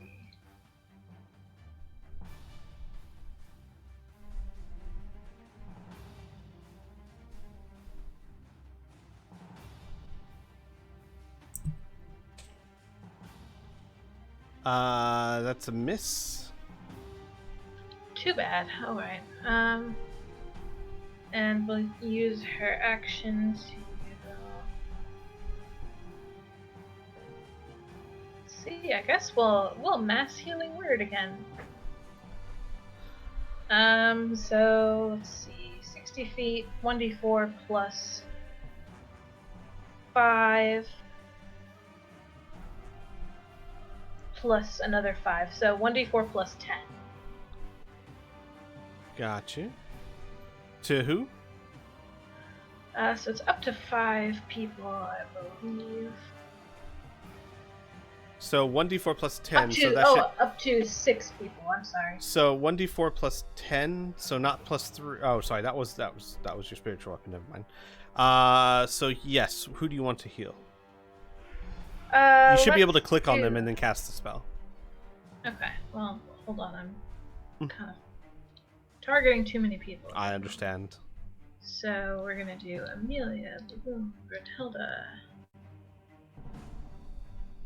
Actually, you know what? Access to his character sheet. And You know I'm what? pretty sure I shouldn't have. Hang on. It's not going to count all of your healing, right? I don't think so, because Okay. I have blessed healer and shit. Yeah. So then just roll the die because we're going to have to modify it anyway. So save you the confusion. Just go ahead and roll the spell, and then we'll just manually add it. But tell me who it is first. It's Baboon. Baboom, Brunhilde, Amelia, Ross, Rhea, and doesn't work on Kitty, so I guess fuck it, we'll blow the last one. Why not you? Yeah, I guess we could do me. She's half willing to blow it instead of just spending it on herself. Well, she was going to do it on Punching the Crazy Man, but he's not in the fight, so he's less important. What about Thug 14? Alright, go ahead and roll your d4. And then I get extra for me whenever Correct. I roll. So I get extra healing on top of this. Correct. D4. Nice. So 14 points of healing to the people that were mentioned. If you were one of them, could you please adjust your chart? And Baboon's not doing half bad now. Oh wait, Brunhilde, what am I adjusting? What? you just got healed for 14 points. Oh, okay. Brunhilde is completely healed. Wait, hold on. So it's 2 plus the spell's level plus my modifier. So it's 5. Hold on. No, I was right. I'm sorry. That's fine. So And it's then still I get an 14. extra. Yes, it's Yes. still 14. Okay. And then I get an extra. What is it? I get an extra 5, I think. Okay. Nicely done. So I'm back up to full health. Yeah, I mean, that was really well done. Anything else for your turn? No, that's it. Majenko's going to keep giving aid to Ross. Correct. Gotcha. Emperor's Thug 15 is going to circle around to here. He's going to have to take a dex save as he approaches Amelia. He succeeds, so he takes 10 points of damage. And your thing disappears. But still, clever move. Making them Well, come no, to you. it doesn't, because it has to deal. It does. It's not 3 charges. Oh, it's it has to 60 deal points of 60 points. damage. So it still has 20 points left to deal. Correct. Okay. Amelia. This guy smells of alcohol. As he misses with a 14. What's your AC? 17. Wow. Nice. No touching.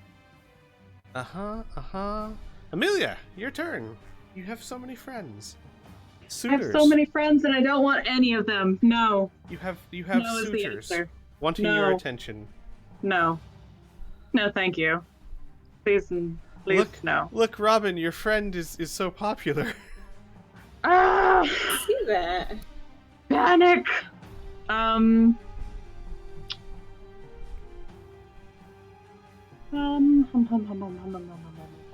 Oh, fuck, Larry's right goddamn there. Hey, you mind your language. God damn it! Son of a If biscuit. I cast Burning Hands, would it catch both of them or no? Not from where you are, no. You'd have to move. And that would be 2 opportunity attacks. Fuck that. Okay, so Yeah. she's just going to... Well, because... Okay, so yeah, she'll just do Spare the Dying then. Or not Spare the Dying, fucking what? Toll the Dead. I'm super tired, guys. Are you having trouble? Yes, I am. That's Fuck a this failure. guy. So do your damage. Nicely done. 13 points of damage. To thug number 14. Yep. And I guess that's my turn because I don't feel like taking 2 fucking opportunity attacks. So yeah. Fair point. Thug number 16 is going to step forward up here to where Murray is. And he's already taken damage, so he's not taking more, right? It's the first time they enter? Correct. Alright. So, Murray. This is coming for you. And that's an automatic fail. Well, you know what? The unarmed thugs were better than these guys were. Aras. Aras is going to first reload, and then she's still aiming at, Jabber. So a 20? That's definitely a That hit. would hit him Mm-hmm. for 26 points of damage. Wow, yeah, he is not looking good. He is really not looking good. Alright, anything else for your turn?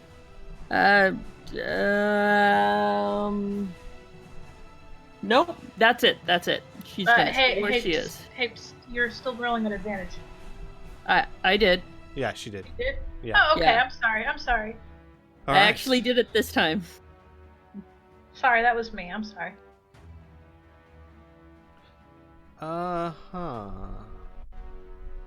Hiltz. Where do you think you're going? Robin, Yeah. you make a dexterity saving throw. I mean, I'll do it when I cast this. Dexterity saving throw. A success. Okay. Against.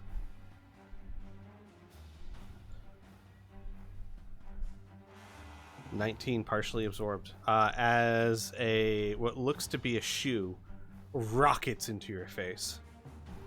Still doing what looks to be 9 damage. Okay.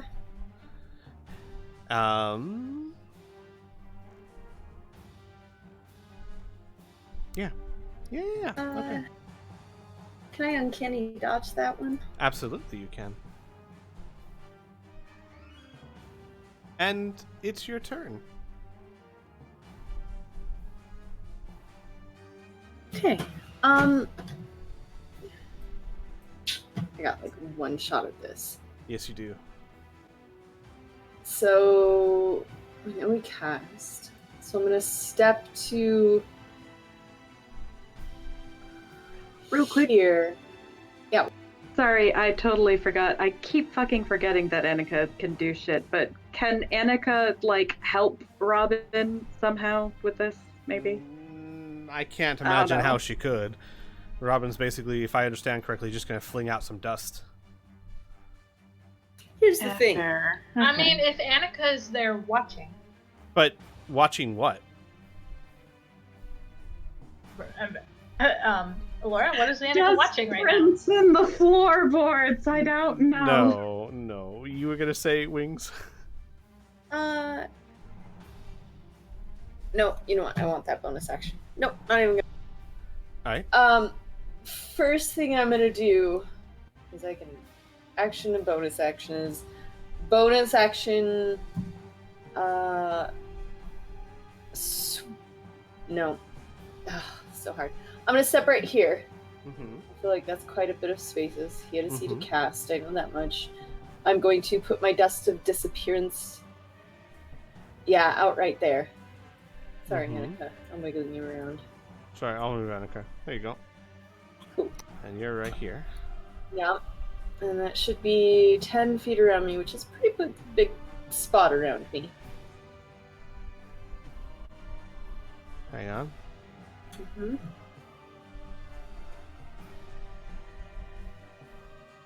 Okay.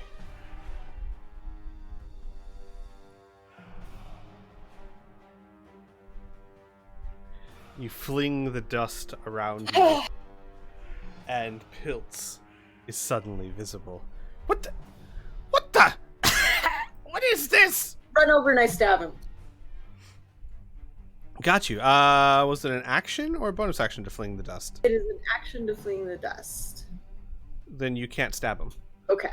I'm going to run over and reposition myself right here. Fair enough. Really a step closer to him. All right, now let me check something here because I believe I'm wondering something. Give me a second here. Now I'm going to go right there. Oh, it won't matter if he tries to go invisible again. So this was a much better option than just dispel magic, because he can't, even if he went invisible again, he's still visible. Yep. Oh, nicely done, Robin. Oh, all of you guys, honestly. That was teamwork right there.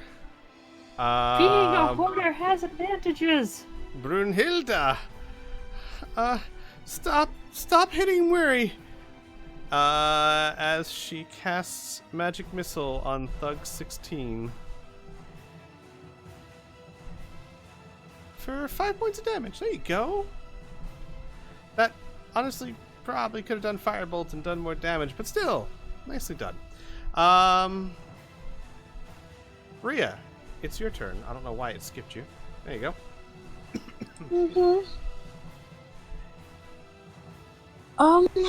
You see boy. Greg below you just starting to tear into the wall. Right. Okay. Let me make sure. He's a good boy, and I'm proud of him. Gonna attack Jabber this time. Make sure I grab the regular rapier because he's not a human. Mm-mm. Um. Are you going to drop the human rapier? No, I'm just not. I'm just going to roll it without the bonuses on it. Oh, I see. Gotcha. We ran out of music. How dare we? And she's gonna try and just bonk him on the head with the hilt of her rapier. Bonk him good. So you're not trying to kill him? No. That's a hit. That's a hit. Do damage. 5 damage, so technically he only takes 3 of that. Mm-hmm. Okay. And another hit. Bonk him again. He's not looking good. He's really not looking good, Rhea. If she could roll higher than a 2. He's still up. He's No, still... he's just gonna have a concussion now. He's just not looking good. Alright. Anything else for your turn? All she can do. Alright. Greg. Wait, why was that with advantage exactly? Whatever, 18's definitely enough to hit. And double damage. He blows through the wall. The ground over here collapses. Annika floats, so that's not really a problem. Hey, Squee. Mhm. Earth Elemental attack 25 at Weary. Why would that happen? I don't know, but that was 17 points of damage she didn't. Yeah, you take that. You take that off. Greg's not attacking you. That's yeah, crazy. to Rhea as well. What? Or at least it was an attack, but it missed. But he wasn't even focused on Rhea. That's so weird. It showed he was focused on Weary, though. Who knows why? I never clicked on him. But still, go ahead and take that 17 off because he's attacking a wall, not you. Weary, yeah, you shouldn't be at 35, right? You should be 17 less than that. I think I just did. No, Yeah. I should be. I didn't take the. Yeah, I didn't take. No, I didn't take the damage off when I added. Well, there we go. Yeah, you gotta I remember should to do be that. at full. Yeah, so you're at full. You gotta remember to do that. All right. Back to Jabber, who has a few hit points left, and he's going to waste his life defending Piltswazel against Rhea. Rhea, first attack is a fumble because he's got nothing left. You can tell he's just like and misses twice.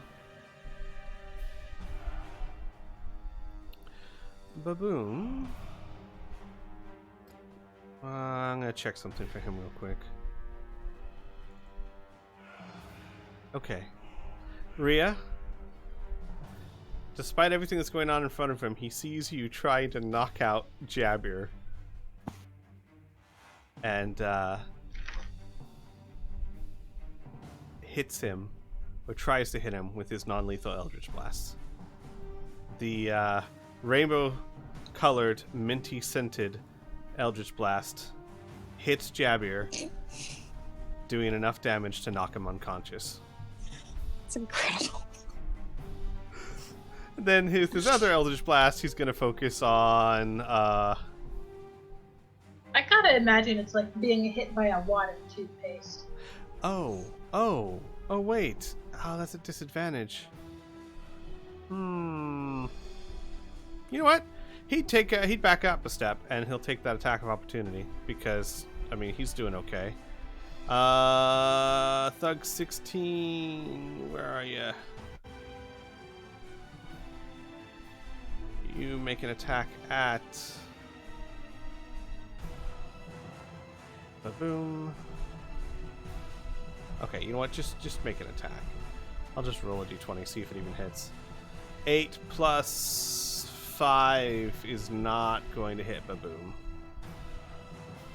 No, not with his AC, which is... yeah, nope. Alright, so Baboon's fine. So, same thing. Jabber's down, unconscious, and Baboon, with his second Eldritch Blast, fires it at that same thug that took a swipe at him. And misses. But still, he saw what Rhea was trying to do and decided to help out. With an excellent perception check. A Thug 14 is going to focus on Amelia still, as she seems to be an easier target than this crazy bird lady. Amelia. A miss. Kitty. A success. Does Kitty make death saving throws? I don't think so, right? No, she doesn't. Yeah, so yeah. I was just Still, I was just gonna correct you. I was like, okay. She's doing really well, despite that. Thug 13. Oh boy, seeing this is going to, as a bonus action, disengage. 5, 10, 15, 20, and run straight for Aras, because he's been completely ineffective against this heavily armored woman. He's going to go try after softer meat. 17's a hit. Aras, you take 4 points of damage? Absorbed? Why did it absorb your damage? I have no idea. Right. Alright, well, I'll just add it to you manually. It must have somehow thought... Oh! That's why! Aid absorbed your damage. It did it right. Aid? Oh, yeah, because you had 5 temporary hit points. Mm-hmm. Oh, okay, yeah. Yeah, okay. Well, there we go. Nicely done. Weary, your turn. Yay, saving my kids 5 hit points at a time. Let's see. Spiritual weapon attack can't hit Jabber anymore because he's dead. So she will take her bonus action to go ahead and move it right on up here. Point of fact, he's not dead. You could keep hitting him. He's down, and from this distance, and where he has better things to focus on. So spiritual weapon attack at Pilts.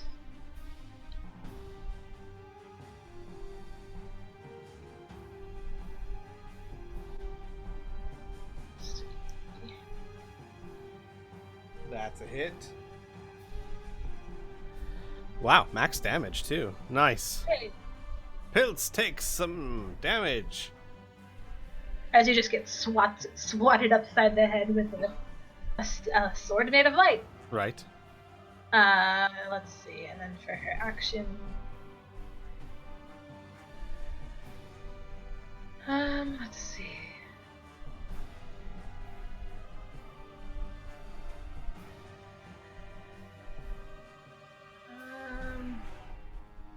She is going to...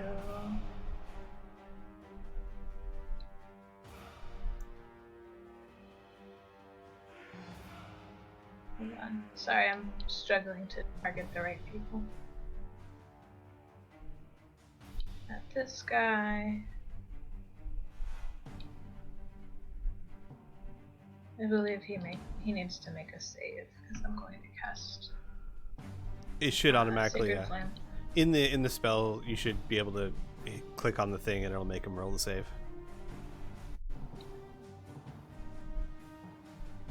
Yeah, there you go. He failed, so he takes damage. Go ahead and roll damage. Nice, 12 points to thug number 16. He's not looking so hot.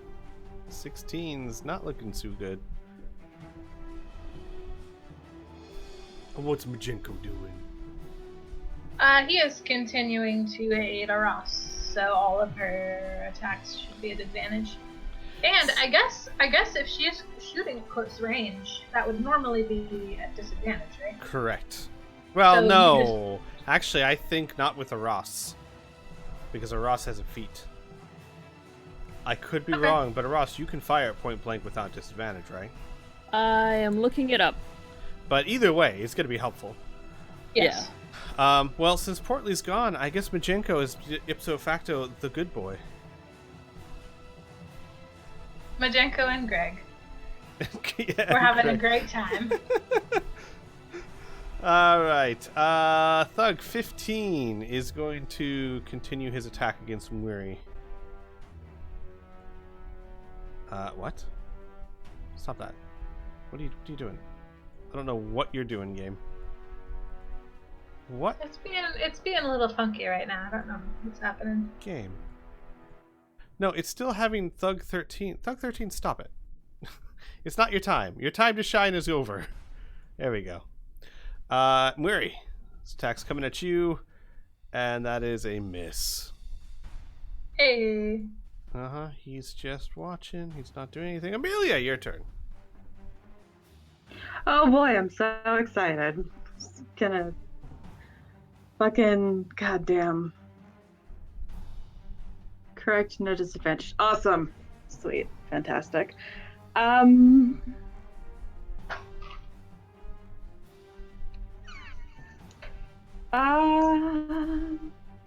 Yeah, let's just hang on, okay, yeah, that is on him. So she's going to cast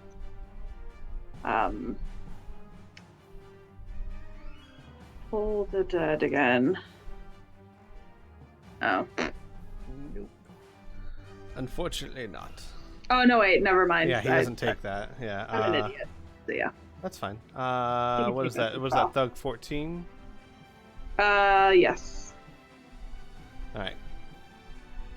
And end turn. Gotcha. Next up is Thug 16, who is going to keep trying to hit Muri. Muri! That's a hit.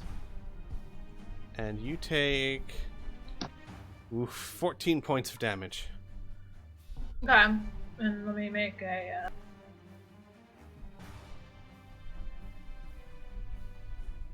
Yeah, you succeed. Okay. So aid's still in effect. Aras. Well, no, aid is just a spell. It's not sorry. concentration. What's the I'm concentration? rolling to maintain control of the earth elemental. Oh, right! So- Far more important. Yeah, a little bit more important than Yes. than making sure everybody has 10 hit points. Aras, it's your turn. So, yep, Ross is aiming right at Thug 13 right in front of her. And misses. And fortunately, I already reloaded, so I That's can true. do the second barrel. That is true. You did reload, and that's a hit. Nicely done. Go ahead and do your thunder damage. 18 points of damage to Thug 13, and Thug 13 is not looking hot. I mean, he was never particularly attractive, but right now... Okay, Alright. ignore that one, yep. Gotcha. And so that's all she's doing this turn. Is like, hey, get your hand out of my face, shooting at the guy. Gotcha. Oh, why does it keep skipping? Alright. Robin. Piltz goes, "What did you do to me, you creepy weird elf?" And takes off his other shoe. And magically flings it at your face again. Robin, another dexterity save. And you're doing really well on those. Let's see. First, second, third, fourth. And you end up taking half of 38 points of damage. I don't know why it didn't... So, what's that? That's 15, 19. So it's only 19, not 38. I'm gonna uncanny dodge that. Okay. So then 9. No, that would be 10. 10 points of damage. He's casting Catapult at very high levels.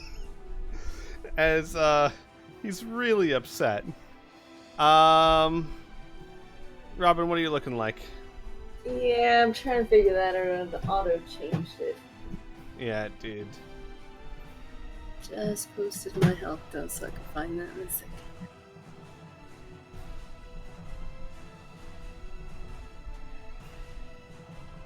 So, 49, I believe. Oh, alright.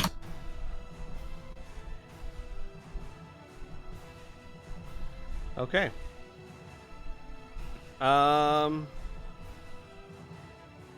Then he is going to... So is Robin not? Robin is not unconscious. Not unconscious yet, no. Not yet. Not yet.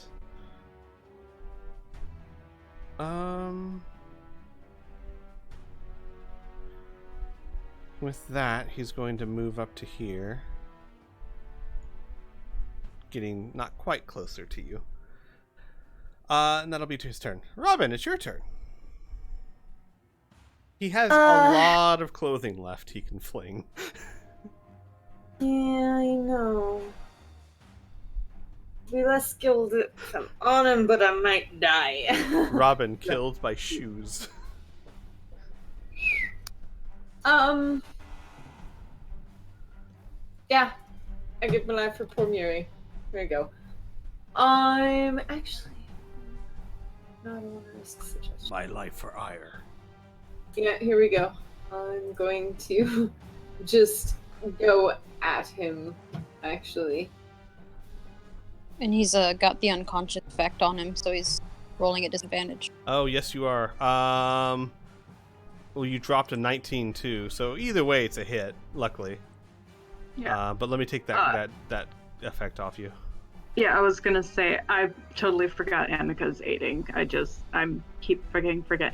Can we just put her on the turn order? Like, she's your next to- familiar, so Well, she's I not know, but I supposed to keep- be. well, we I mean, I have guess I can come up with Majenko on the something. turn order just so that Yeah, we remember that he's there. That's true. So. That's yeah. true. I'll need to make a character for her. So right now she's just a token. I have a character sheet for her technically. It's just not in filled out. Roll20. Oh yeah. Well, wait, is it in Roll20 though? I mean, in Yeah. Fantasy Grounds. Yeah. Where? Where? Question: is she based off a Find Familiar spell? Yes. Then she rolls her own initiative and acts on her own turn regardless. Oh yeah. It's a fair point. Tell you what, let me get something on there for now, and then we'll figure that out later. I mean, she has one. Like, if you click the top right little box with Annika on it, then yeah. Oh, Granted, none of her stats are in there. I just made a that's thing. fine. That still works. There she is. Boom. Ta-da! Awesome. Let's have her roll some initiative. With her no stats. That's fine. She's got a 7. It's good enough for now, right? Yeah. All right. Robin. So still your turn. Yes. Yeah, offhand attack now. Okay. No. That's a miss. All right. But you hit the first time, right? Yeah, I did. I did 19 damage. Was that with sneak attack? I believe so, yeah. For what?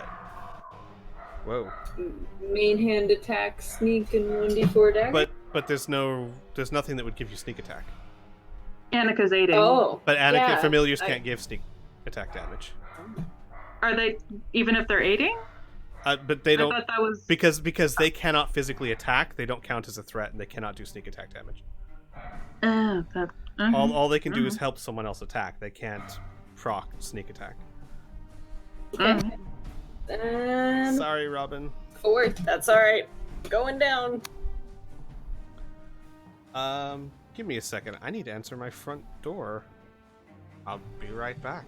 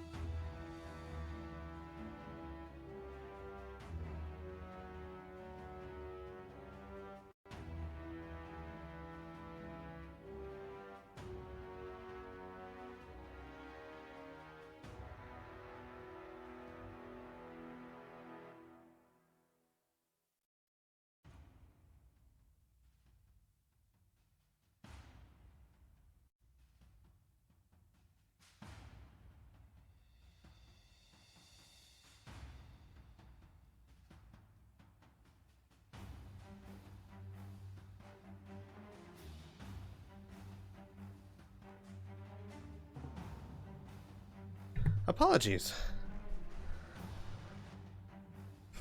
Everyone still here? Yep. Yeah. All right, good. You okay? That was my neighbor telling me we left our garage door open, so that was nice of him. What was happening? What's going on? We won. No, I don't think so. Not so much. No, we definitely won. I'm Yep. pretty sure not. Give me a second here. Yeah, Robin, I'm sorry. I hate to do that, but there's nothing there that would give you the sneak attack. Oh, that's fine. 4. Alright, so, well, yeah, 4. So, that's... Where's he at? Okay. Alright, anything else, Robin? No. Okay. Brunhilde will, do a firebolt, attack on Thug 16. And miss. Aw. Oh, Bruni. Rhea, your turn. Okay. Where the hell did her sheet go? What is happening? There it is. All the things. Mm-hmm.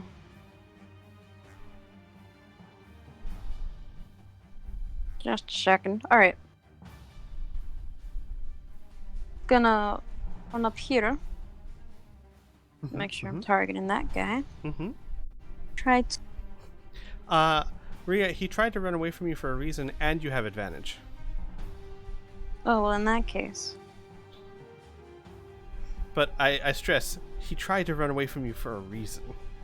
Yeah, I'm just trying to bonk him on the head. It's fine. Totally fine. Just a little bonk. Was that a bonk on the head? Non-lethal, huh?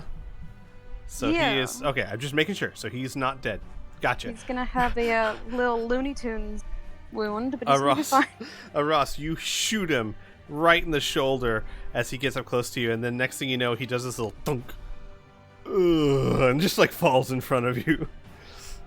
As like Three Musketeer, Rhea just beans him over the head with the hilt of her rapier.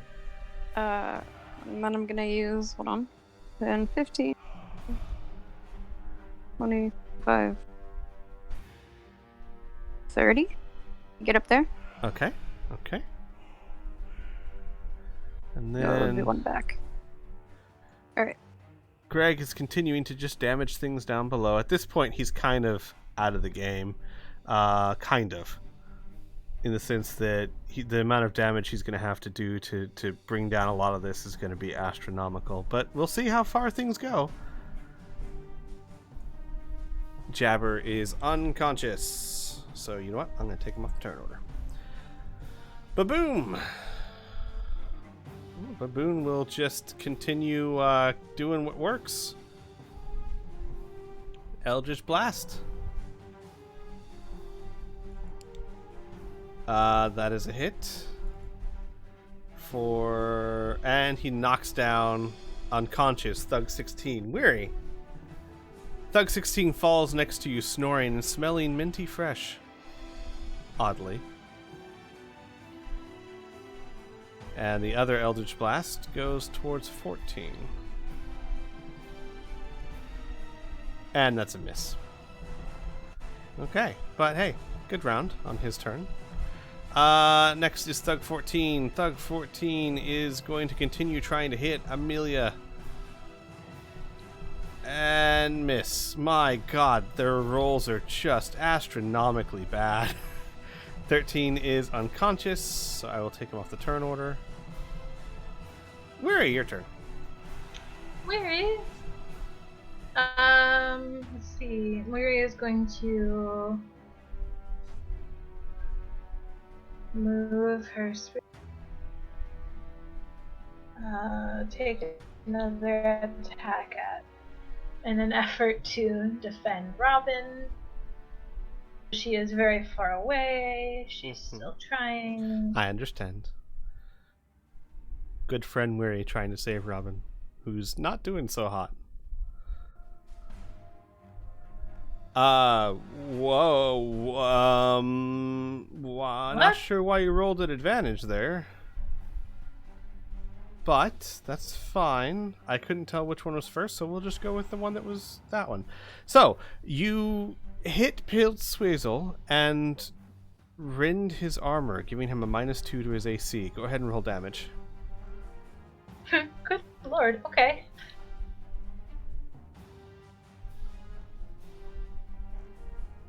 I should still be targeting him. on. I have to lower his AC. And then, let's see.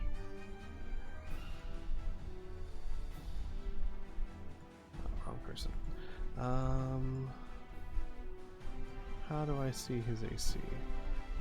Oh, Wait, there we hold go. on. Good, good. Why am I targeting multiple people? You can take 2 damage off of Thug 16, sorry. Thug 16? Gotcha. His arrow from me to him was so short that I didn't even see it. 2 damage off of Thug 16? Yeah. Who's almost dead anyway. Wait, Thug 16's already dead. He's already gone. He's unconscious, actually. So you're fine. Yeah, so I did not hit a down man. Right. Gotcha. Um, You only did 2 damage? It was critical. Roll another d8. And I'll add whatever that is, because you hit critical. Okay, so you did 3 points of damage. But you've rendered his armor, making his AC easier to hit, so that's actually really huge.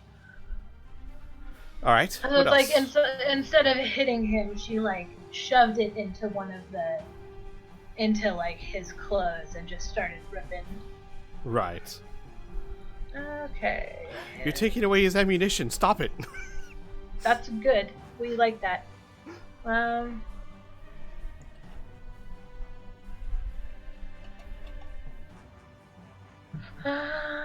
see. What's the range on this thing? Can we make a medicine check to see how bad Robin looks?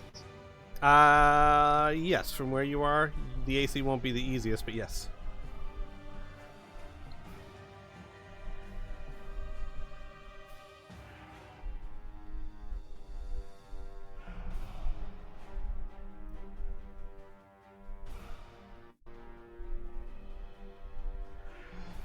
My fantasy grounds is not looking great. That's fine. 24, he's looking really bad. Robin's swaying a bit. Okay, so, Murray will, and everybody else around her, Baboon, Brunhilde, Rhea looks okay, Amelia looks okay, Ross looks okay, Robin looks the worst out of everybody.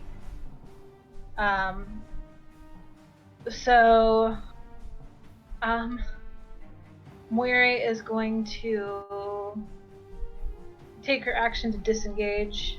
Well, no, I suppose she'll just eat the opportunity attack, and she's going to dash up here. Alright, Thug 14...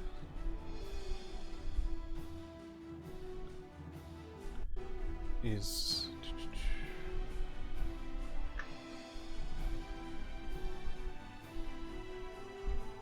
Why is that not... Oh, whatever. Here, let's see if this even hits. No, that doesn't hit you. You're fine. Okay.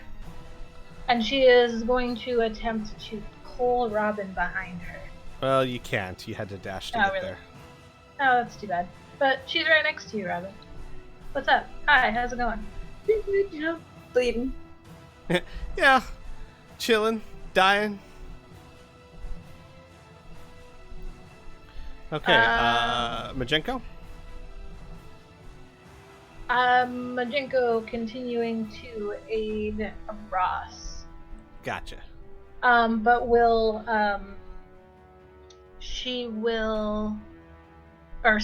Majenko will project an image into Ross's mind, of the Emperor, where he stands with Murray and Robin before him, as if asking her to change focus. Gotcha. Ross, I'll let you know from where you are you can't see him. Oh. Because you're 15 feet below and he's nowhere near the edge. Okay, and is that roof high up? That roof, yeah, it's about level with where he would be, so it's about 15 feet above you. Okay. You could run up the stairs and then you might have a sight. Can't I just climb up the wall? You could do that too because you're a Ross. Wait, sure, if you want to do it the easy way with your magic items and stuff, I guess. Thug 15. Amelia. Murray abandoned you. And you're hit. And you take 16 points of damage. As that axe just slices into you. I said no touching. Amelia, it's your turn. What? Punchy McCrazy Face isn't gonna do shit? Fine, He whatever. is sitting out this one.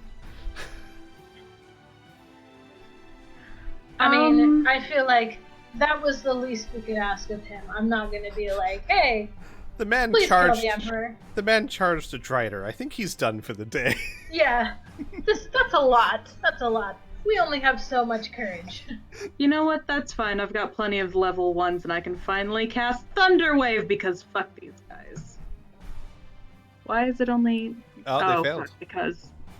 it Next should one. be both of them, so let me also... Here, what was that? Perfect. Okay, so one succeeded, one failed. Go ahead and roll damage. Good. Perfect. So 12 points to one, 6 to the other. Nice. Yep. Okay. Annika. Annika's gonna scoot over here and give the help action. Like, there's that too. Gotcha. To And who? turn. To who? To Robin. Robin. Understood. Ras. Yeah, Ross is gonna sigh heavily and target Pilt Swizzle. Well, hang on a second here. Oh, Your item, your boots, do they have a number of charges per day? No. Hang on. What is it? Boots of what? Spider walking. Yeah, Spider climb. climb. Spider climb, whatever. It's slippers of spider climbing. Because I don't think it does, but I should check because you've been using them, obviously. You can wear it. Yep, you move up, down, across. It doesn't say anything about it. Nothing about use is fine. By all means, you'll have to spend at least 15 feet of movement to climb up, but that's fine. So Ross, you just run up the side, and then you do this weird little like you're shooting from a prone position, but you're just holding yourself steady. Well, that's what Majenko's hoping for. I was gonna say, or another way you could do it is almost Spider-Man like, where you're like resting on your heels back up against the wall. Does that make sense? It's up to you how you envision Ross doing this. Oh, I love that idea of her like sitting on her heels and like in a couched up Spider-Man against the wall. pose. Yeah. All right, take your shot. So,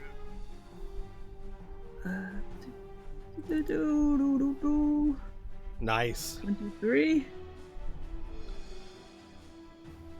Very nice. 17 points of damage. And then reload. And reload. Yep. Okay. It's Piltswazel's turn, and things are not looking good. His men are dying. There's something wrecking the house underneath him. There's fire that's starting to spread out the walls, which, by the way, starting at the end of this turn, that's going to start spreading a little bit. The rain is stopping most of it, but the inside just... For Murray and Robin, now that you're close, the inferno that must be raging inside is devastating, to say the least. Instead, Piltswazel throws up his hands and casts confusion on Robin and Murray. Murray, you succeed. Robin, you fail. Murray, you feel the effects... Murray's like, I've done this before. You feel familiar effects wash off you. Robin, though, your mind becomes befuddled. And, with that, Piltswazel takes a few steps. Well, no, he'd take a... you know what? Screw that. He's gonna try and push through Robin. Well, no, he can't do that. Alright, he'll back up a little bit, and he's gonna take a attack of opportunity from Murray. If you choose to give him one. Does she get attack of opportunity from her and her spiritual weapon? Nope. Only That's her. too bad. Yep. Well, I suppose, can she use her spiritual weapon to attack him? No. Has to be a basic attack from your mace. Okay. Well, at 8th level, I get an extra D8. Yes, my you mace do, attack. don't you? Because of your cleric stuff. Yeah, so that's the hit. Whoa. Why is it rolling at advantage Oops. for you? That's fine. I don't know. 19's a hit. That's fine. That was your first roll. 19's a hit. So go ahead and do damage. Yeah, I don't know why I'm rolling at advantage. I don't think there's anything on my sheet that is making me do that. Is it clicked as advantage at the bottom? No, but she has to do that every time. Yeah, that's really weird. I mean, this kind of looked like maybe it was like you clicked it twice. It's possible. I do that sometimes. I That's do fine. that Go quite a ahead and lot. roll your damage, because you hit him. You hit him good. So that's an extra D8, and then So 6 plus 4. Alright, nice. I'll add the extra 6 onto there. Okay. He looks, injured, but he's a tough guy, considering how weird and dirty he looks. Okay. Robin, give me a second. I need you to roll me,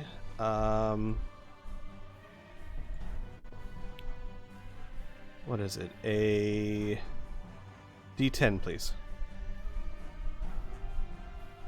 Okay.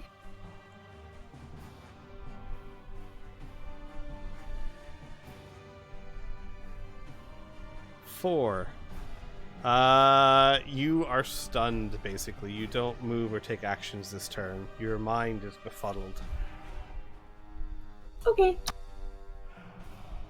Robin just kind of stands there, looking very confused. Brunhilde. Firebolt at Thug 14. Oh, wait, that's not Firebolt. That's, well, okay. That's fine. It's not Firebolt, but it's going to be the same to hit. Actually, it's less to hit, so she definitely gets him with it. And does 2 points of damage. There you go. She's helping, guys. Rhea, your turn.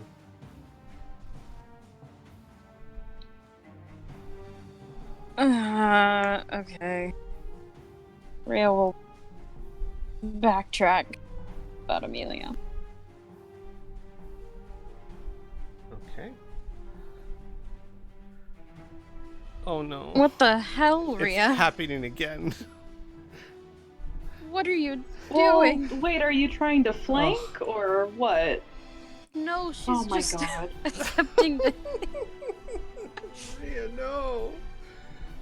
Maybe you should just flank. Anything else for your Jesus turn, Christ. Rhea? No. Okay. Alright. Hey, buddy.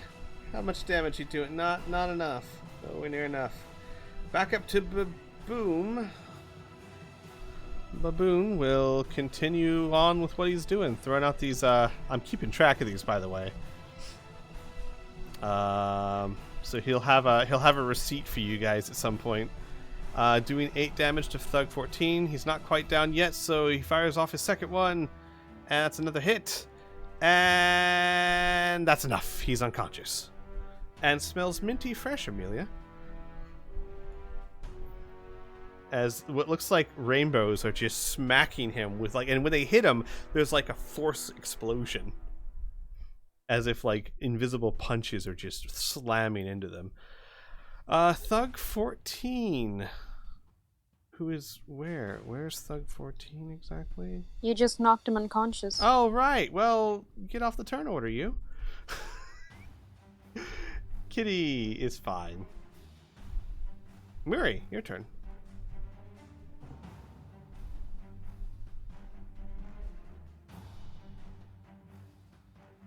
Murray?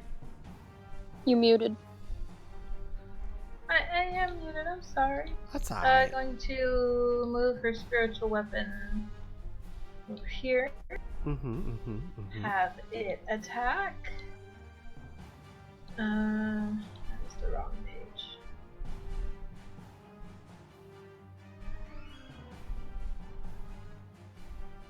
Make sure I'm targeting the right person, and I don't. No, I'm targeting him. I don't.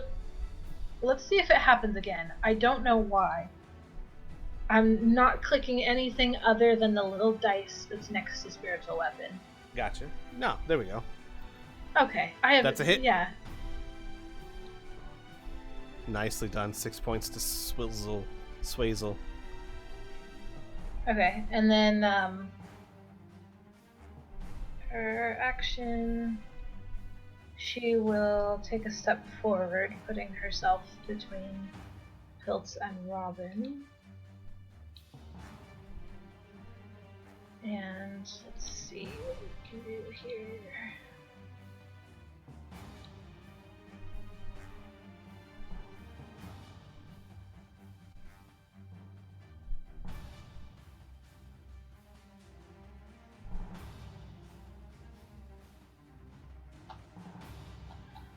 I think we're resorting to cantrips because I don't have very many spell slots left. You guys have been in a lot lately.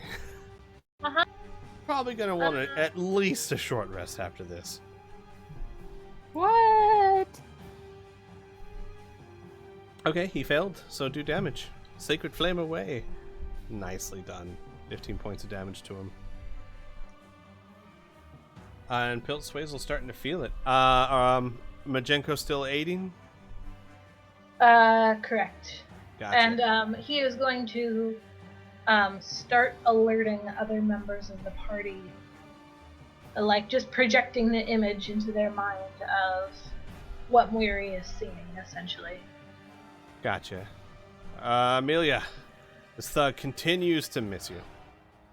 Punchy McPunch face sitting there. Annika.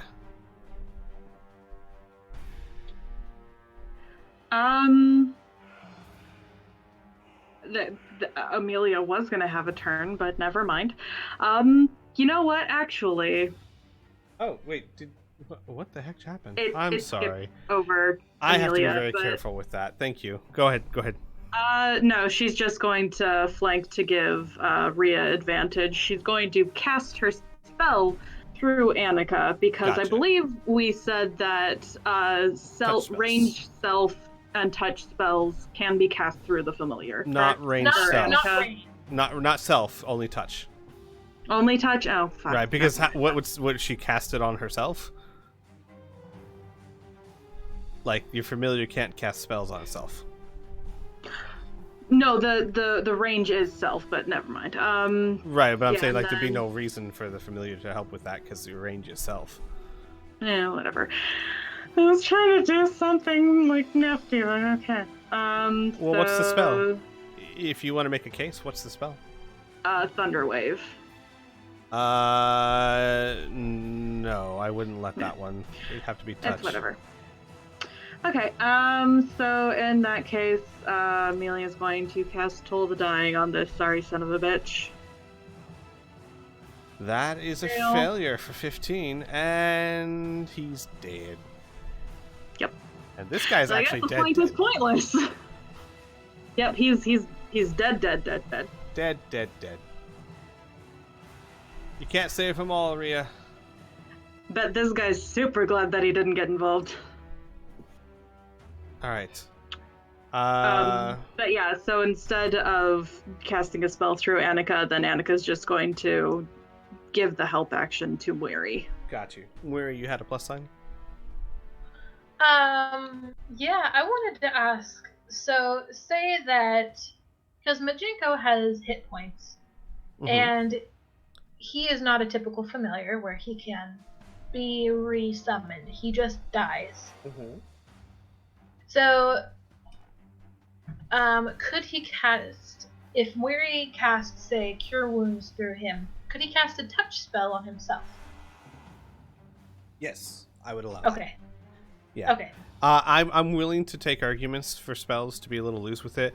Thunderwave, I'd say no, because that effectively makes a very powerful spell into a ranged spell. So, but yes, in that case, I'd be fine with it. Okay, I just wanted to ask. All right, so Annika goes there. Ross, why? I think it's my mouse driver is double clicking from time to time. Ross.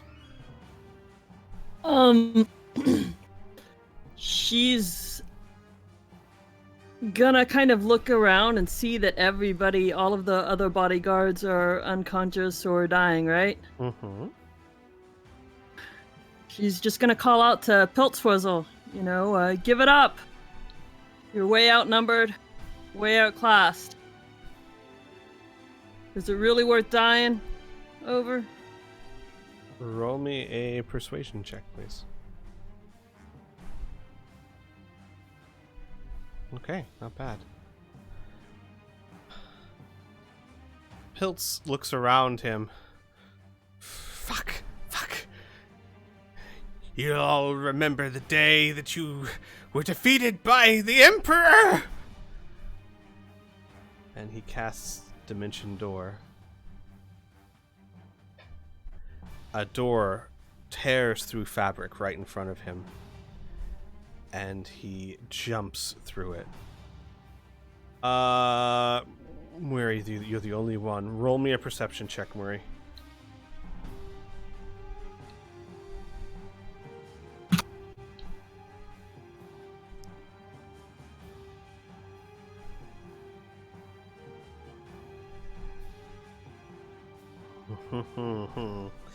You see very far off in the distance, about 300 feet away from you on the ground, another hole open up and the Emperor dash between buildings.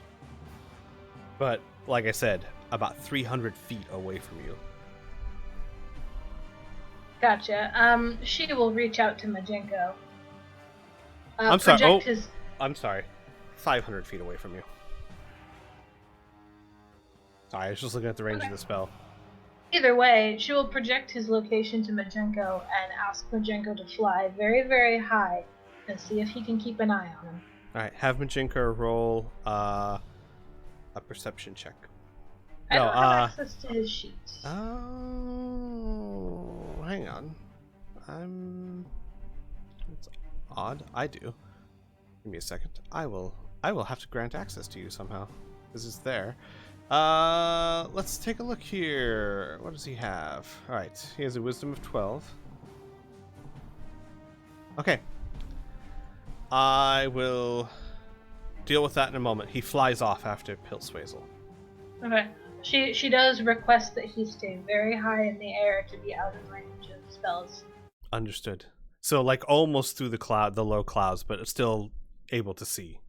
Mm-hmm. Gotcha. She just wants him out of range of, shoes. And that's a fair thing to ask for. And with that, the noise of battle dies down, and the sound of rain takes its place. As you guys, exhausted and battered, but alive, stand alone. With the exception of Punchy McCrazy. Is Greg. The fire starting to come out of the building now? Yes, but the rain is beating it back as much as it does not look like it's going to spread much beyond that building. The rain is too heavy. Okay. Either way, Weary will sort of loop an arm under Robbins and support him as he's probably still a little wobbly and walk him back down towards the group. Amelia? How high are the flames through the doorway right now? Pretty damn high. It's an inferno in there. This was an old building. Oh, fuck. Would Annika be able to, do, a dodge something or other to try and get through? Annika? Yes. No. Familiar person walking in there, you would be taking damage. She can technically be resummoned. She wants to know what the fuck's going on. She can. Definitely. Tell you what. Mm-hmm. Roll a dexterity save with Annika. I don't have her stats. Oh, So right. do you just want me to use Use yours. Amelia's? Yeah, or? use Amelia's. Okay. Do a So dexterity save. a dex- If you succeed, I'll give you 2 rounds to explore in there. Oh my god, are you serious? Why is it not? Oh, Shit. I'll give you 3 rounds to explore in there. Awesome. So y'all see Annika fucking dip into the flaming corridor. How do you want to? So tell me where you want to go. Actually, you know what? Here's what I'll say. You rolled a nat 20 on your dex saves. Mm-hmm. I'm just going to let you know what you find.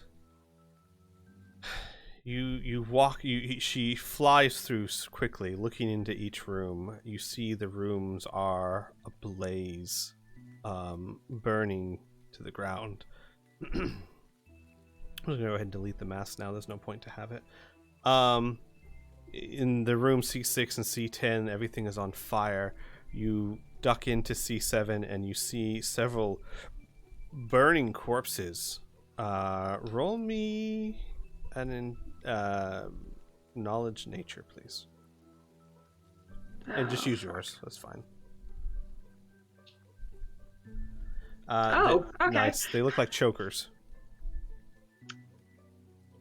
Chokers are... let me see if I can show you like a... Yeah, there's a token. They are nasty brutes that live in Corvosa up in the ceilings. Oh. Mm-hmm. Oh, I don't like that. Well, they're burning, so... they I are still quite don't like dead. it. They are quite dead. Okay. You continue your way down here, and you go into a bedroom that looks to be the epicenter of the fire. And as Annika is taking damage, and before she fades, she sees a burning corpse in C12.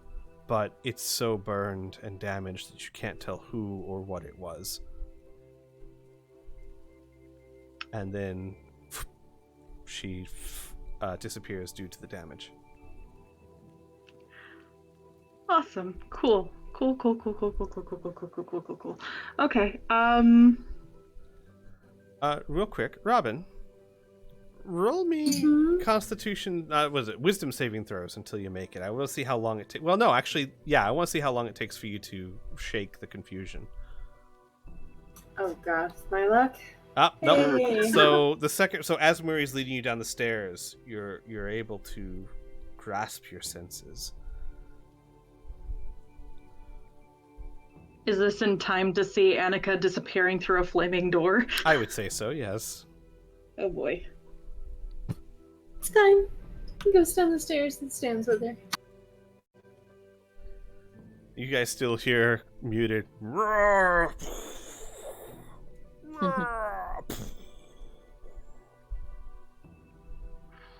Mary will send a message to let the elemental know that it is done well, and that for now she would like it to cease. The sounds stop. She will start inspecting Robin. She is most worried about him because her magic can't touch him. And she will, as she does so, start asking him questions. What happened? Where did the fire start? Oh man. He's gonna go a little bit out of his way to not really fight her touches, but he definitely doesn't want her like noticing how badly he was damaged necessarily with his little 49 out of 57. Does Murray need to make a medicine check? Yes. Can I sleight of hand and Yes. raise the DC? Yes. Well, I was going to do an opposed check. So you do sleight of hand where you do medicine. Oh. Murray, you're unable to get a good idea as Robin is being fidgety. Okay. Well, she knows unruly patient. She did a medicine check earlier. She when he did. wasn't You doing know this. that he's very heavily damaged, and I mean, Mhm. Robin can only do so much to hide the gaping wounds and bruises, but Mhm. it's hard to tell how badly off he is, because he's moving smoothly. Mhm. And he will say, well, I ended up somewhere else, and I, Scream died, and I had to set the place on fire. Oh, I got you a nice dining room set. He turns his back around and starts going through looking for dishes for warding off her hands. Immediately, as soon as he says Scream dies, she wants to look up and do an insight check. Do an insight check, and Robin, Scream do a deception check. You're not lying, but you're trying to hide things. Can Ross also do an insight check? So good at this. Oh, Standing yes. right there. Yes, Ross, you can. I'm an expert You're liar. so good at lies. Oh, buddy. Alright, Ross, I mean... Ross, you can't tell. Mwiri, he's hiding something. You don't know what, but the way his tone, the quickness that he is using to change the subject, this is not the whole story. Oh, okay. I'm going to roll a dice.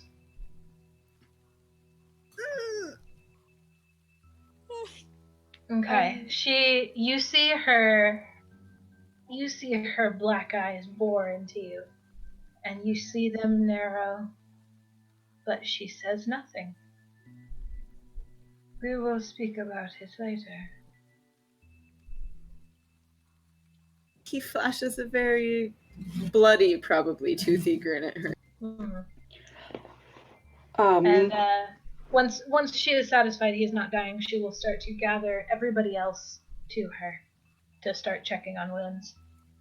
You see Baboon and Brunhilde, who are very undamaged at the moment, starting to drag unconscious people into a group while you're doing that. They're like, oh, don't worry about us. We'll just make sure they're all nice and comfortable. Mori nods, but you can... You can just tell that she is so in medic mode right now that even as he says that, she is eyeing him. You can tell he's got some light scrapes and bruises, but nothing bad, and Brunhilde looks fine.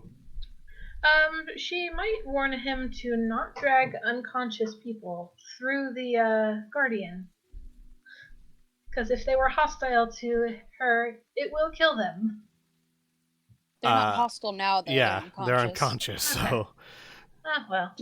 I mean, you can direct it to attack them. If they wake up. Well, you can always dispel it. It sticks around for 8 hours, actually. No, you can dispel it at will. You can dispel it, though. Well. She wants this to happen. He'll move them out. He'll move them out of the range.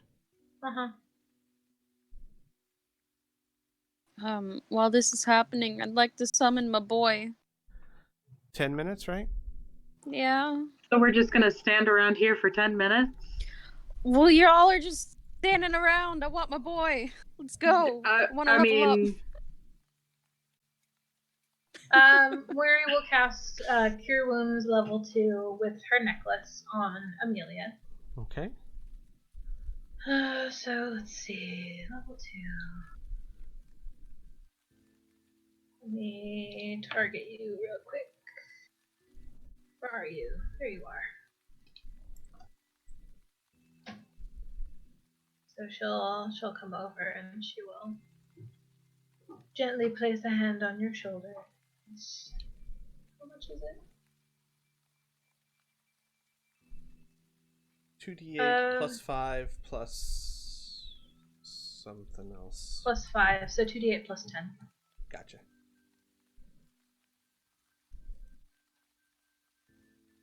Well, 15 points of healing. Woo! And 4 damage. I don't know why I did that. Okay. Whatever, 15 points. There you go. Feel better? Yes, much. And Okay. Mijinko will flutter to Muri's shoulder. And she will. Is Mijinko not following the Emperor? Oh my god. Yes. Yeah, I was about to. Never be like, mind. Sorry, I just saw his Damn it, token. you lost I him. just saw his token. I was like, oh, well, he'd be back. Never mind, he's gone. Okay. She will find him later, or Yes. he will find her. So she checks over all of her kids, and then, So, if she looks at Aras is like focused intently on Kitty, and she kind of has like a tear streaming down her face, but she's not injured. can Kitty be? Did we rule that Kitty can be repaired by Yes. mending? Well, if she goes all the way down, though, it's a bit more extensive, but she can be brought back. Ross knows how. Yeah. Okay. We will offer her mending, but it is a delicate task, and she does not want to ruin it. Yeah, Amelia is going to look over at the fucking fire going on in the doorway and shake her head and say, I need to get to Scream's body. And Weary will snap her head around. Not through that fire, dear. You'll have to wait until it goes out. We can't just wait inside here. And you cannot traipse through fire. There are others here who might give us clues. And she turns and eyes Punchy McCrazy, and will, once she is sure Robin's not going to keel over and that all of her kids are safe, she will make her way over to him. What is your name? Well, didn't you hear? Punchy McCrazy. She laughs. He was never any emperor of mine, and I do not bow to madmen. What is your name? Fallen Tibbs. Did you say Tibbs with a B? Yeah, I'll spell it out. Okay. Fallen Tibbs. Gotcha, she nods. Well, Mr. Tibbs, I must thank you. This might not have gone so smoothly had you been less willing to help. Oh, I don't be needing your thanks. What I be needing is to get out of here, for the Emperor seems to come back. Look, you'll excuse me if I don't say any long goodbyes or anything. Glad you're safe and all that, and hope, quite honestly, that I don't meet you for the rest of my life. And he'll give like a little head nod and start like trying to skirt away. She nods. Goodbye. The- And take care of yourself. As he goes past the Wolverine, swipes at him. Forgot where he was. And unless any of you stop him, he GTFOs. He gets out of there. Amelia's going to put a hand on his arm as he's passing to try and pause him for a moment and say, as much as you may think otherwise, it may be a better idea to stick around, at least with us. I don't know if you've noticed, but we can handle ourselves fairly well, and you were untouched in that fight. I know how to handle myself, aye. So then why not help us? Help you? I don't even know you. And yet she, and she nods to Mary, healed you more than once, if I remember correctly. I'd like you I to... doubt you can... Yeah, she's gonna add at the end. Go ahead. Go ahead. And she kind of adds at the end with a little shrug, just like, I doubt you can say the same about most of your companions in this group. Roll me a persuasion check with advantage, please. Oh shit, okay. Come on, you charisma caster, you can do it. Okay.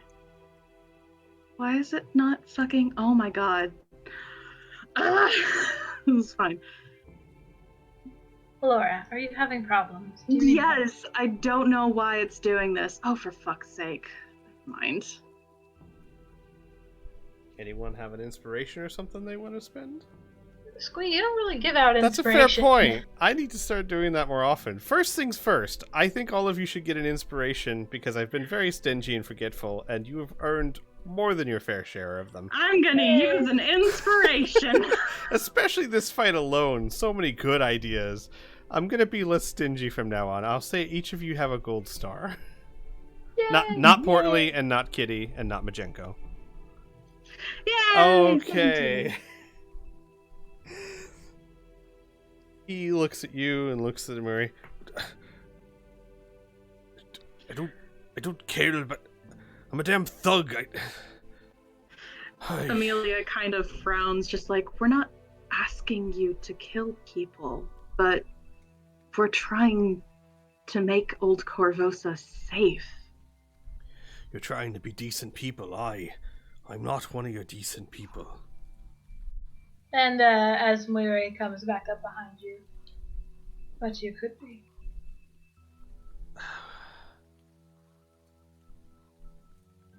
And you notice she is starting to attend to the bodies of the dead, laying them out in neat rows, hands crossed over chests and eyes closed.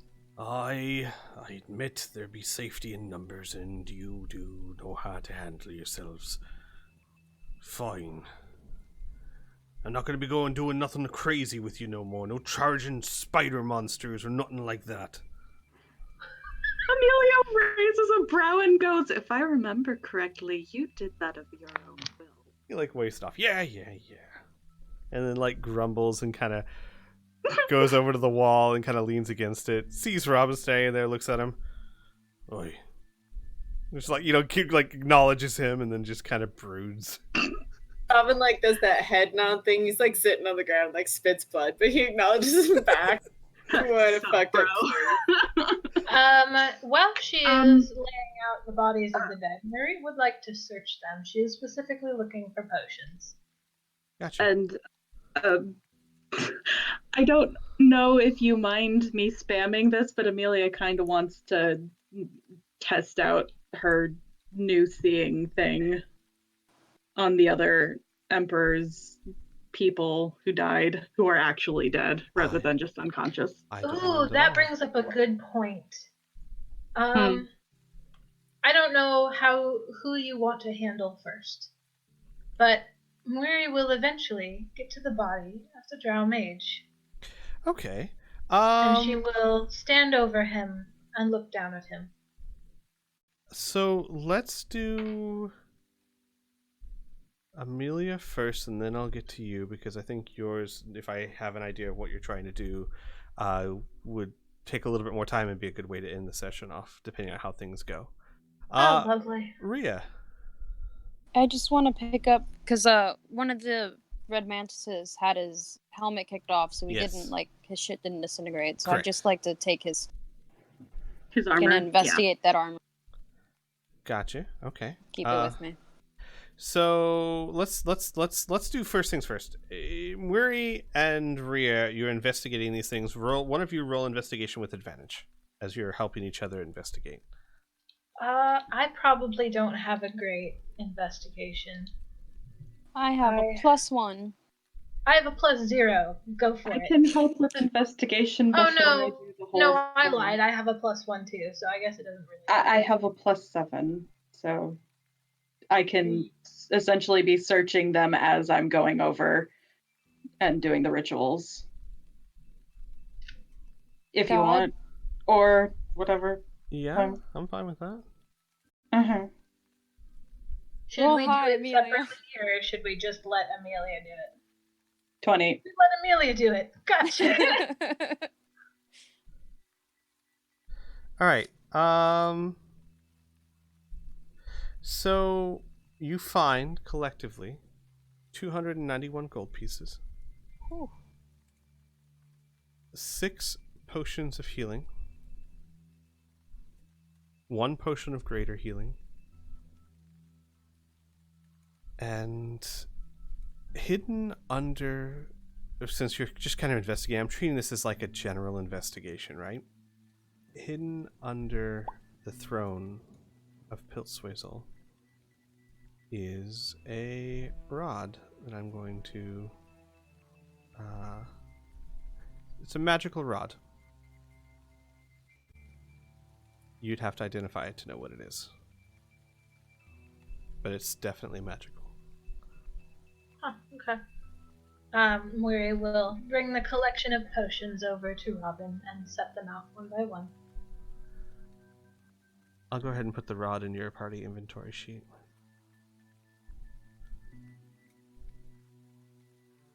And before we get into what happens with the mage, Mori will look up at the throne as I guess we are searching it. And look to the guillotine, the demon's teeth, and she will narrow her eyes at it. And she says, I don't suppose we could give that disgusting thing a proper send-off.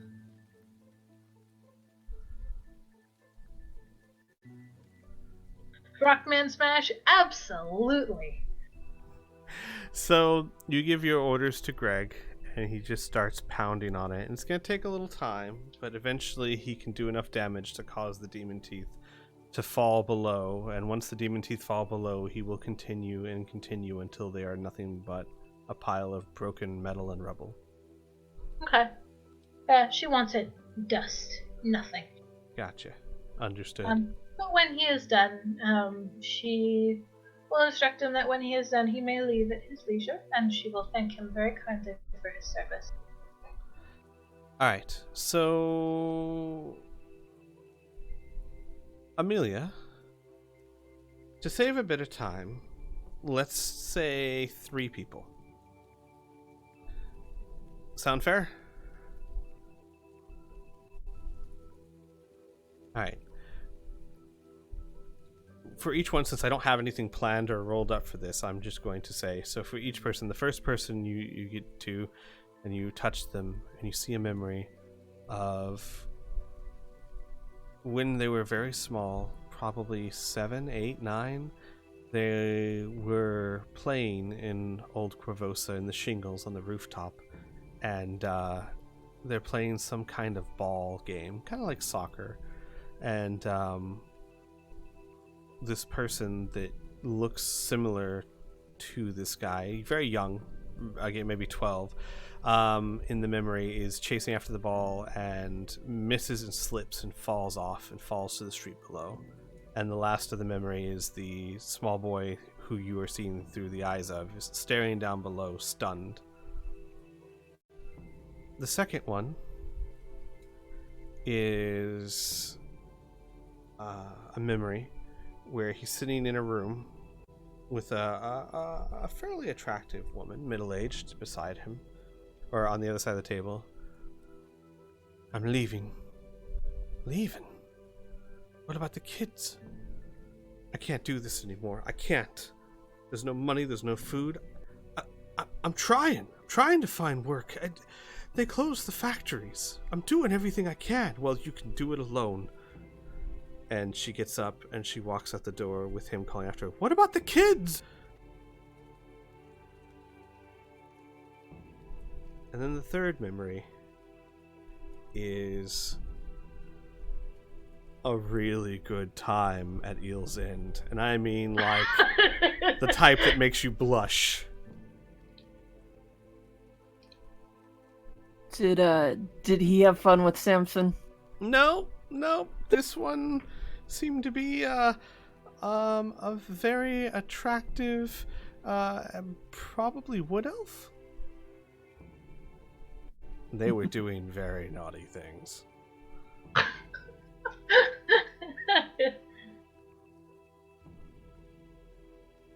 Those are the memories you get. Each time your eyes returning back to you, the dull thudding in the back of your head fading. but the memories are a part of you forever. An interesting thing about this ability, these are not memories that you can forget with time. They will stay with you forever. Fun times. So with the first one, she opens her eyes and she starts crying just a little bit. She quickly wipes away the tears. The second one, she doesn't cry, but she does look sad. And the second one, she just turns bright red and hurries away from the body. Roll me an intelligence check. Oh, fuck, that's not the right page. Okay. 23. The second memory. The inside of the house you don't recognize, obviously, but the outside, when you see outside the door when the woman walks away, you know that house. That's an old Corvosa. That's not too far from here. Oh my god, this guy has kids. He may still have kids. How long ago can she tell how long ago that memory is from? Not really. Okay. You can gain some ideas from, say, their age, how big or small they. Like, you can tell one was when they were a child. This one was when he was older, just from the sound of his voice. But a year ago, 5 years ago, you don't know. Okay. Gonna make a mental note of that.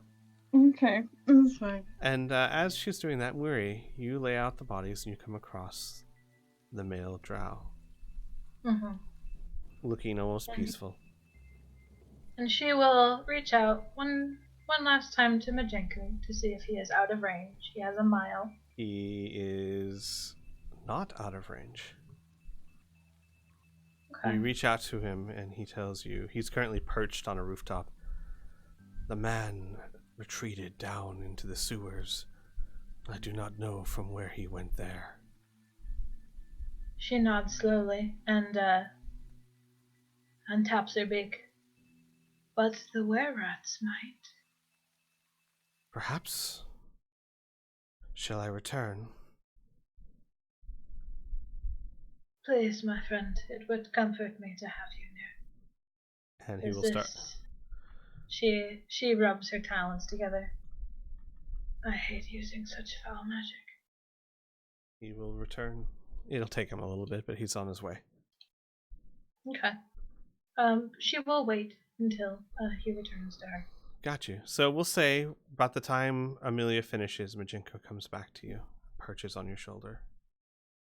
And she reaches out and strokes his wing. Well, I suppose I must. And Mary casts Speak with Dead with her last 3rd level spell on the Drow Mage. Okay. Not a spell you use very often, if at all. No, she hates using necrotic spells of any kind. And this is probably the first time in her life that she has cast a necromantic spell of any kind. So the rest of you, Rhea, I think you'd be close by. You were helping investigate, right? Mm-hmm. So, and the rest of you can tell that Mary is casting a spell of some kind. And the way the spell works, let me just remind everyone because it's been a while. The creature itself doesn't return, so to speak, but you can speak to it in a sense. It can answer questions that it knew before. It can't speculate. It can't think per se. It can only answer questions. It does not have any obligation to answer truthfully or at all. And it can answer 5 questions. The way the spell works is that the body doesn't really move. It's not like the eyes pop open or it stands up or anything, but the lips move when it speaks. Gotcha? Okay. Where you cast the spell on it, and it's almost as if it didn't work. 5 seconds pass. 10. You're starting to think that maybe the spell was miscast, and then its eyes pop open. And it starts looking around.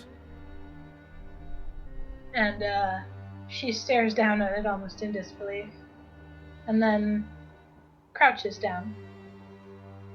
It sits up slowly, its head jerking left and right oddly. And she'll hold up a talon. Peace. This one's soul belongs to the handmaidens. You dare disturb us? Mori blinks. I'm afraid I'm not familiar. Ah, but I know you, Kadal. Ross. He's very distracted. Do not think yourself arrogant enough to steal the soul rightly ours. He is to be tormented for eternity. And then the head jerks to the side, staring directly at Robin. Foolish drow boy. Just because you kill one man does not give you the right to speak to us. And Mori's hackles rise, and this is something you haven't seen her do often. And she says sharply, actually, it was no intention of mine to steal any soul, merely to speak to it. And as I am the one who summoned you, I would appreciate it if you directed your questions to me. Robin, what do you do? Like, we can hear this, right? This yes, is you audible, can. It's and echoing. everyone... It is echoing. It's very loud. Robin will scramble from the distance and actually go to his knees and put his forehead on the ground and his arms extended out and not respond. The eyes will dart back to Miri. Foolish mortal, you do not make demands of Yakul. You only listen. The mother has a message for you. Its eyes flicker to Aras. The half-elf that plays a dwarf.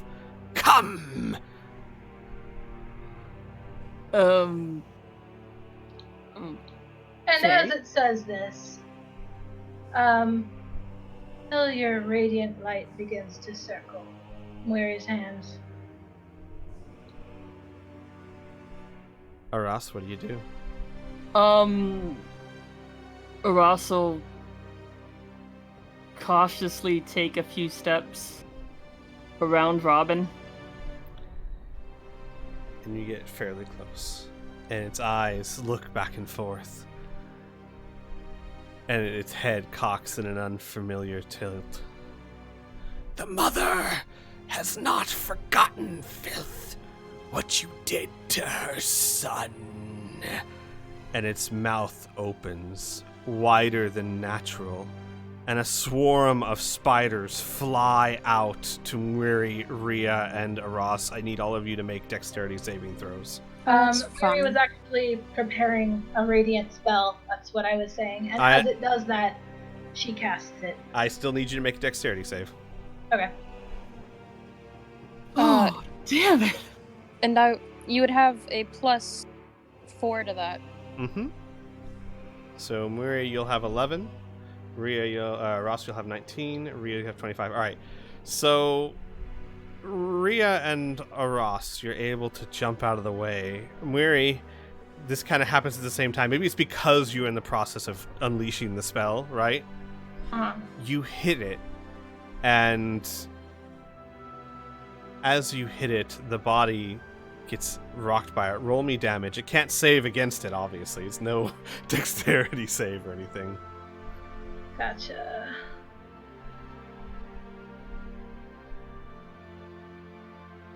Hold on, we're working on getting there. Okay. Okay, 18 damage, and you take 11 damage as spiders start biting all over you, getting under your feathers, into your armor. Hundreds, thousands of them. The mouth keeps going. The spiders keep coming. You hit it, and the body decays. The arms fall off. The jaw falls off. The body falls, but the spiders keep coming. If you all stay there, you are going to be swarmed by what is becoming a sea of black wreathing spiders. Let's go. Let's go. Go, go, go, go, go, go, go. Has the Earth Elemental dismissed itself? No, not technically. It's there for like an hour, I think. Then she would ask it very politely to please kill any spiders it finds. Uh-huh. And We'll Mary start will wandering around. Mary will continue to throw radiant damage at spiders.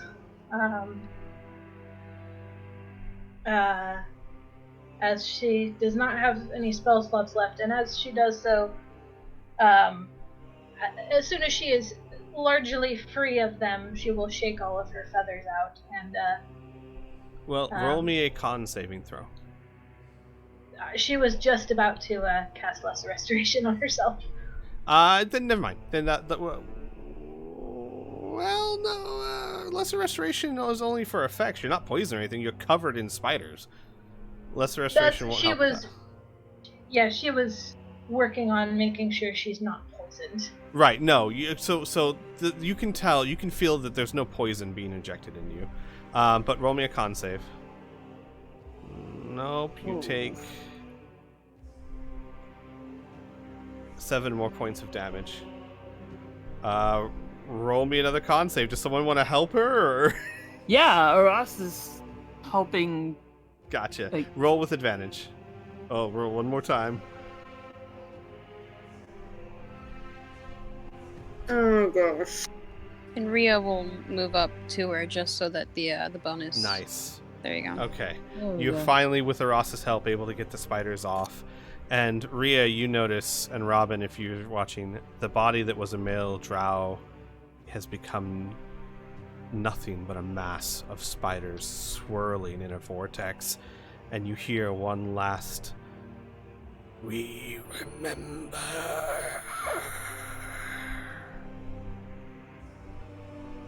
And Mary casts one last bolt of sunlight. Right into it, dispersing the spiders, and they start crawling away. And she'll pick one off of herself, and it kind of dangles by its leg. And she'll eye it for a moment. And she will eat Is it. she gonna eat it? She ate it. Yep. Roll me a Constitution saving throw, please. That's what you get for eating strange spiders from dead Yeah. bodies. She's an insectivore. Yeah. Give me a second here. Oh boy. You take 12 points of damage as you've just eaten not a true spider, but a dark conjuration of a Yakul demon. Well, that's Well- fun. That's fine, and she will cast Cure Wounds on herself with her necklace. I believe that is her last casting of Cure Wounds. Yeah, luckily it's not like a lasting effect, it's just the initial 12. That's fine. She'll still cast it on herself, but it's 2d8 plus plus 10 plus 4. So 2d8 plus 14, I think. That makes sense. So, yeah, and then with that, the scene falls silent again, and 20 points of damage. Damage? Or 20 points of healing. Shut up. You know what I meant. I wanted to ask. So, the voice mentioned being the handmaiden and the mother. mhm. Yep. Obviously, I've rolled prior, and Rhea knows a bit about the mother. I Yes, was wondering you if I do. could roll again So, for the handmaiden, How or if rolled- I would need to do that. How you rolled really well last time, right? Yeah. So I'm not going to make you roll again. Yes. I will tell you, though, that what you know is terrifying. I'm sure it is. Yakuls are demons that serve the mother. Incredibly powerful individuals. To see one is rare. To see one and live is even more rare. They have great powers of manipulation and mental magic, and they are seen as right-hand servants to the mother, and they are utterly evil. That's fun. So, Squee, Mm-hmm. I rolled to see if I knew who the mother was, Mm-hmm. but can I make a case for why I should roll with advantage? Sure. What's the case? Because I've been reading that Religions of Corvosa, like, all the way to the castle and back. Sure. Roll with I've been, advantage. like, One more at a time. Actively studying. Yeah, I like that. You've heard of the mother. She is a lesser deity. The book denotes that it's not sure if she's a true goddess or simply an incredibly powerful entity, but she is known as the Mother of Chaos and is a patron saint of Drow. She is utterly evil and delights in the torture of mortals. Should I also roll for that? Yeah. That's a big problem. Same thing, Marie. Okay. And she sits back on her heels and sighs. And she dusts herself off, making sure there are no lingering spiders on her. And she will come over to Robin. Is he still, like, on the ground kneeling? Oh yeah, he's eating dirt. His whole face is still pressed in the ground, arms out. He's still holding. And she will lean down and rest a hand on his shoulder. And she will lean in close and whisper to him, I think you and I need to talk.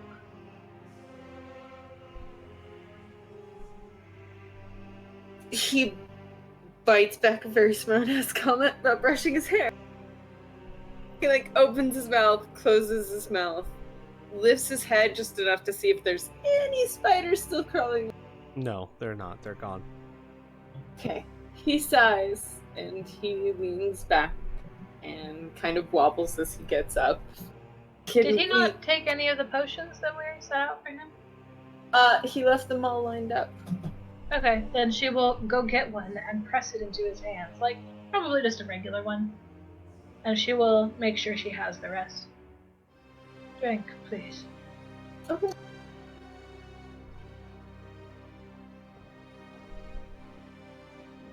So 7 plus 2.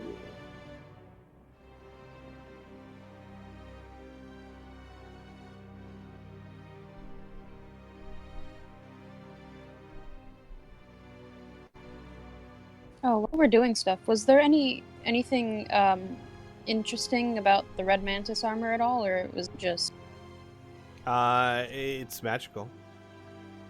okay? Well, But as you'd soon have as we to identify. level up, I can tell them. Yeah. Are we gonna limp our way back to the orphanage to talk, or are we gonna do so right here in the rain? We have a nice fire. She looks down at you and very gently helps you up. That depends on whether or not you would like to tell everyone, or just me. How many people are staring at him while he answers that question? Mary is whispering to him. This conversation is very quiet. Amelia's been watching him for a while now, so... Mm-hmm. So is Baboom. Yeah, alright. Just also walked over back to Kitty, so she's like right there. And really, Go ahead.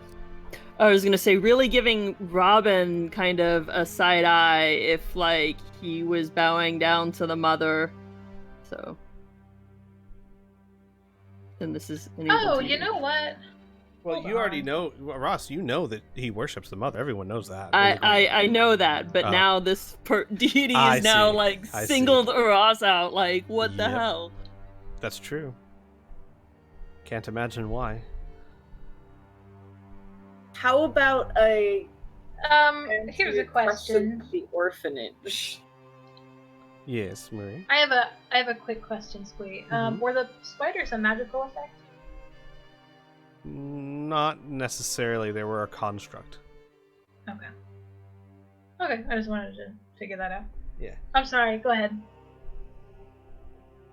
No, Robin just suggested going to the orphanage rather than sitting here in bad territory in the rain. Gotcha. Since their way out is consumed with flame, she will ask Greg to help them down and perhaps make a way out. Greg can do that, actually. What are you guys gonna do with the unconscious people? Rhea's packing them onto Portly's back. Gotcha. And Baboon will help you make sure they're nice and tied up, just in case they wake up. Mm-hmm. Then here's what we'll do. We will say, for the sake of argument, you guys make it back to the orphanage in the downpour. Weary will let you all know what Majenko saw, that the Emperor has made his way down to the sewers. Gotcha. Someone else was going to say something? I was just going to ask, like, Kitty was pretty heavy, right? Mm-hmm. So, yeah, Aras would be, like, struggling to pick her up and carry her. Baboon would come to you and say, I could, there is a spell I know where I can have her float along behind me. You can put her in the bag. No. Rhea can carry her. Aras is gonna tell Baboon, no, I need to carry her. I see. Well, can I help at least? Yeah.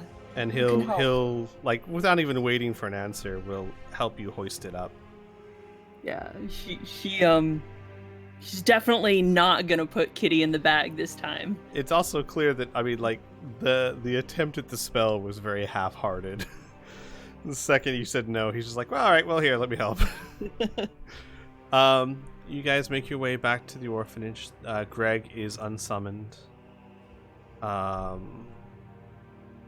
And we'll end the session as you guys get back to the orphanage and reach level 9.